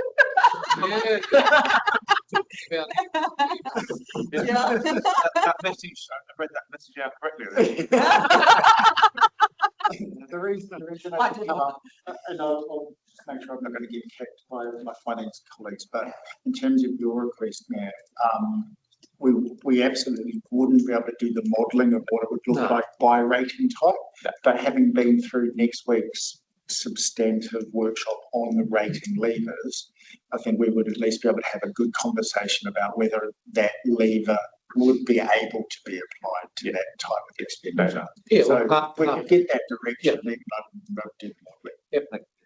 Nikki has a question. You're on mute. Sounds great. Just wondering, did you mention risk? It's just because we've got the risk policy coming up, and I think it would be a really useful exercise because we're going to be discussing risk appetite, and our risk appetite is pretty aspirational, and we probably everything we do is never, you know, we're never going to get to where we want to be, but and that needs to change. We need to be more realistic there. But I think just starting to talk about things in terms of the risks of different options and whether we've met appetite or not, or just what are some practical risks, I think would be really helpful for the organisation and councillors to start thinking of decisions in those terms. Okay. So without Jessie, but the way that we've been working towards it is that for the individual programs, we would be saying, what risk is it? Why are we doing it? So if it's a risk-based decision, yeah. So everything is tagged to a risk Yeah. category. Yeah. That's in the QLDC policy or framework, and the relative impact on that risk of investing or otherwise has also been assessed. So we can quite quickly show these are the risks, what the investments that are coalescing around this particular risk. And if you want to invest at your risk appetite, you're looking at this much money. Yes. Versus if you're willing to carry a little bit more risk there, you've got some choices. Yeah. That's great, Jessie, because what I think it will help us do is when we come to work through our risk appetite, we will understand that, you know, we may never get there. And well, maybe we will have done it too early, but anyway, that's really helpful.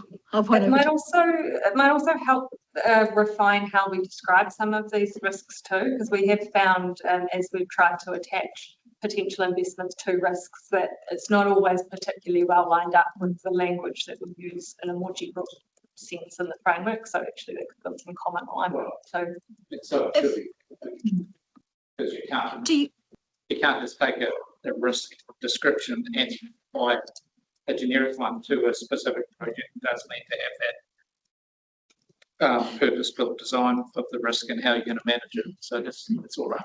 Yeah, so there's a bit of connective tissue that needs this. Yeah, I just wanted to finish off on that because you're doing some work on that in the background, and we've got a workshop on the risk policy on the 28th of July, and I don't know how well those things are timed to sort of knit together, but I just wonder if some conversations with Gareth might be helpful. I think it's work that's going on in the background, Nikki. Okay. You know, we're trying to get these programs lined up as well as we possibly can. Some of these milestones aren't quite neatly interfacing. However, we're on the same pathway. So okay. I don't think it's not inconsistent, but will it line up perfectly? Possibly not. Yeah, that's great. Thanks, guys. Thank you for testing that with us. So does that sound like what you want to see? Yeah. And I'm just checking with the team that we're not overcommitting. That's what we talked about this morning, right? Yeah. Yeah. That's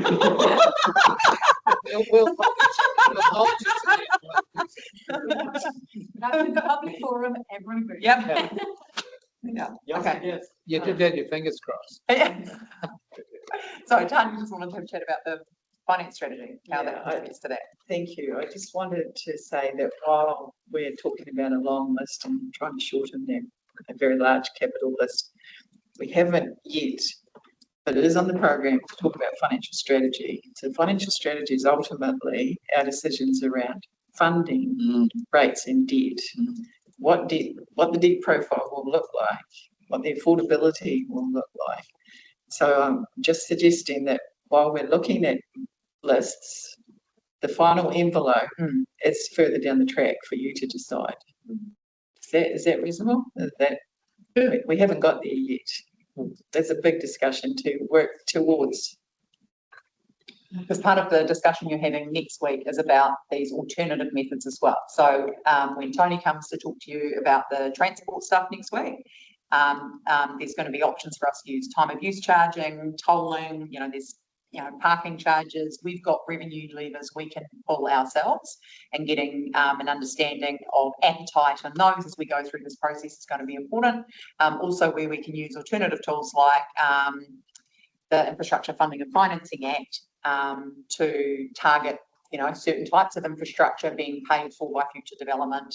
How does that work, and how would that give us benefits or not against using DCs or targeted rates, or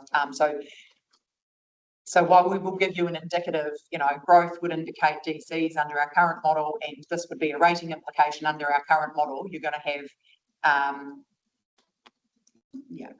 after that, there'll be some quite intense discussions, I think, about the different tools that you will have available to fund and finance, fund and pay for, fund and finance all of these projects, which means, you'll be able to put together packages of that could rate a big proportion or rate a smaller proportion, and have those costs fall on different parts of the community as well.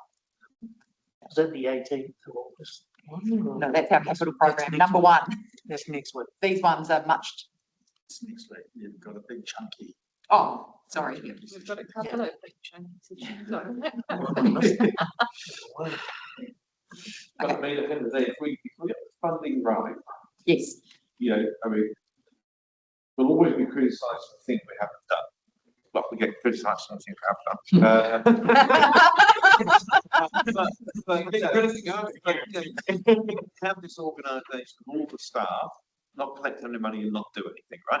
Correct. So given that the organisation is here, then the more that we actually do for the size of the organisation, the more effective, the more efficient we are. And there's never a cheaper time to build the stuff than it is right now. It's only ever getting more expensive. So it's all about getting that, how do we get the funding, how do we stage that? Because we know there's a demand for all this stuff, right? Yeah. So, And I think that's where some of those alternative tools like IFFA might really be able to help us, because it might enable us to front load a bunch of stuff that we have in the past gone, we have to trickle feed this over 10 years and then kick the can out. It might enable us to actually front load some of that stuff, and but the costs to still lie over a much longer period of time. well, at Oamaru, their Waitaki Centre was 2.5 million they got just for naming rights. Yeah. You know, on their Yep. new sports hall. Yeah. Which is, it's pretty good. Pays down a bit of debt. So I think we need to look at that. So we've got any fun, getting to the fun stuff. Yeah, I know you're chomping to get to that stuff, so are we.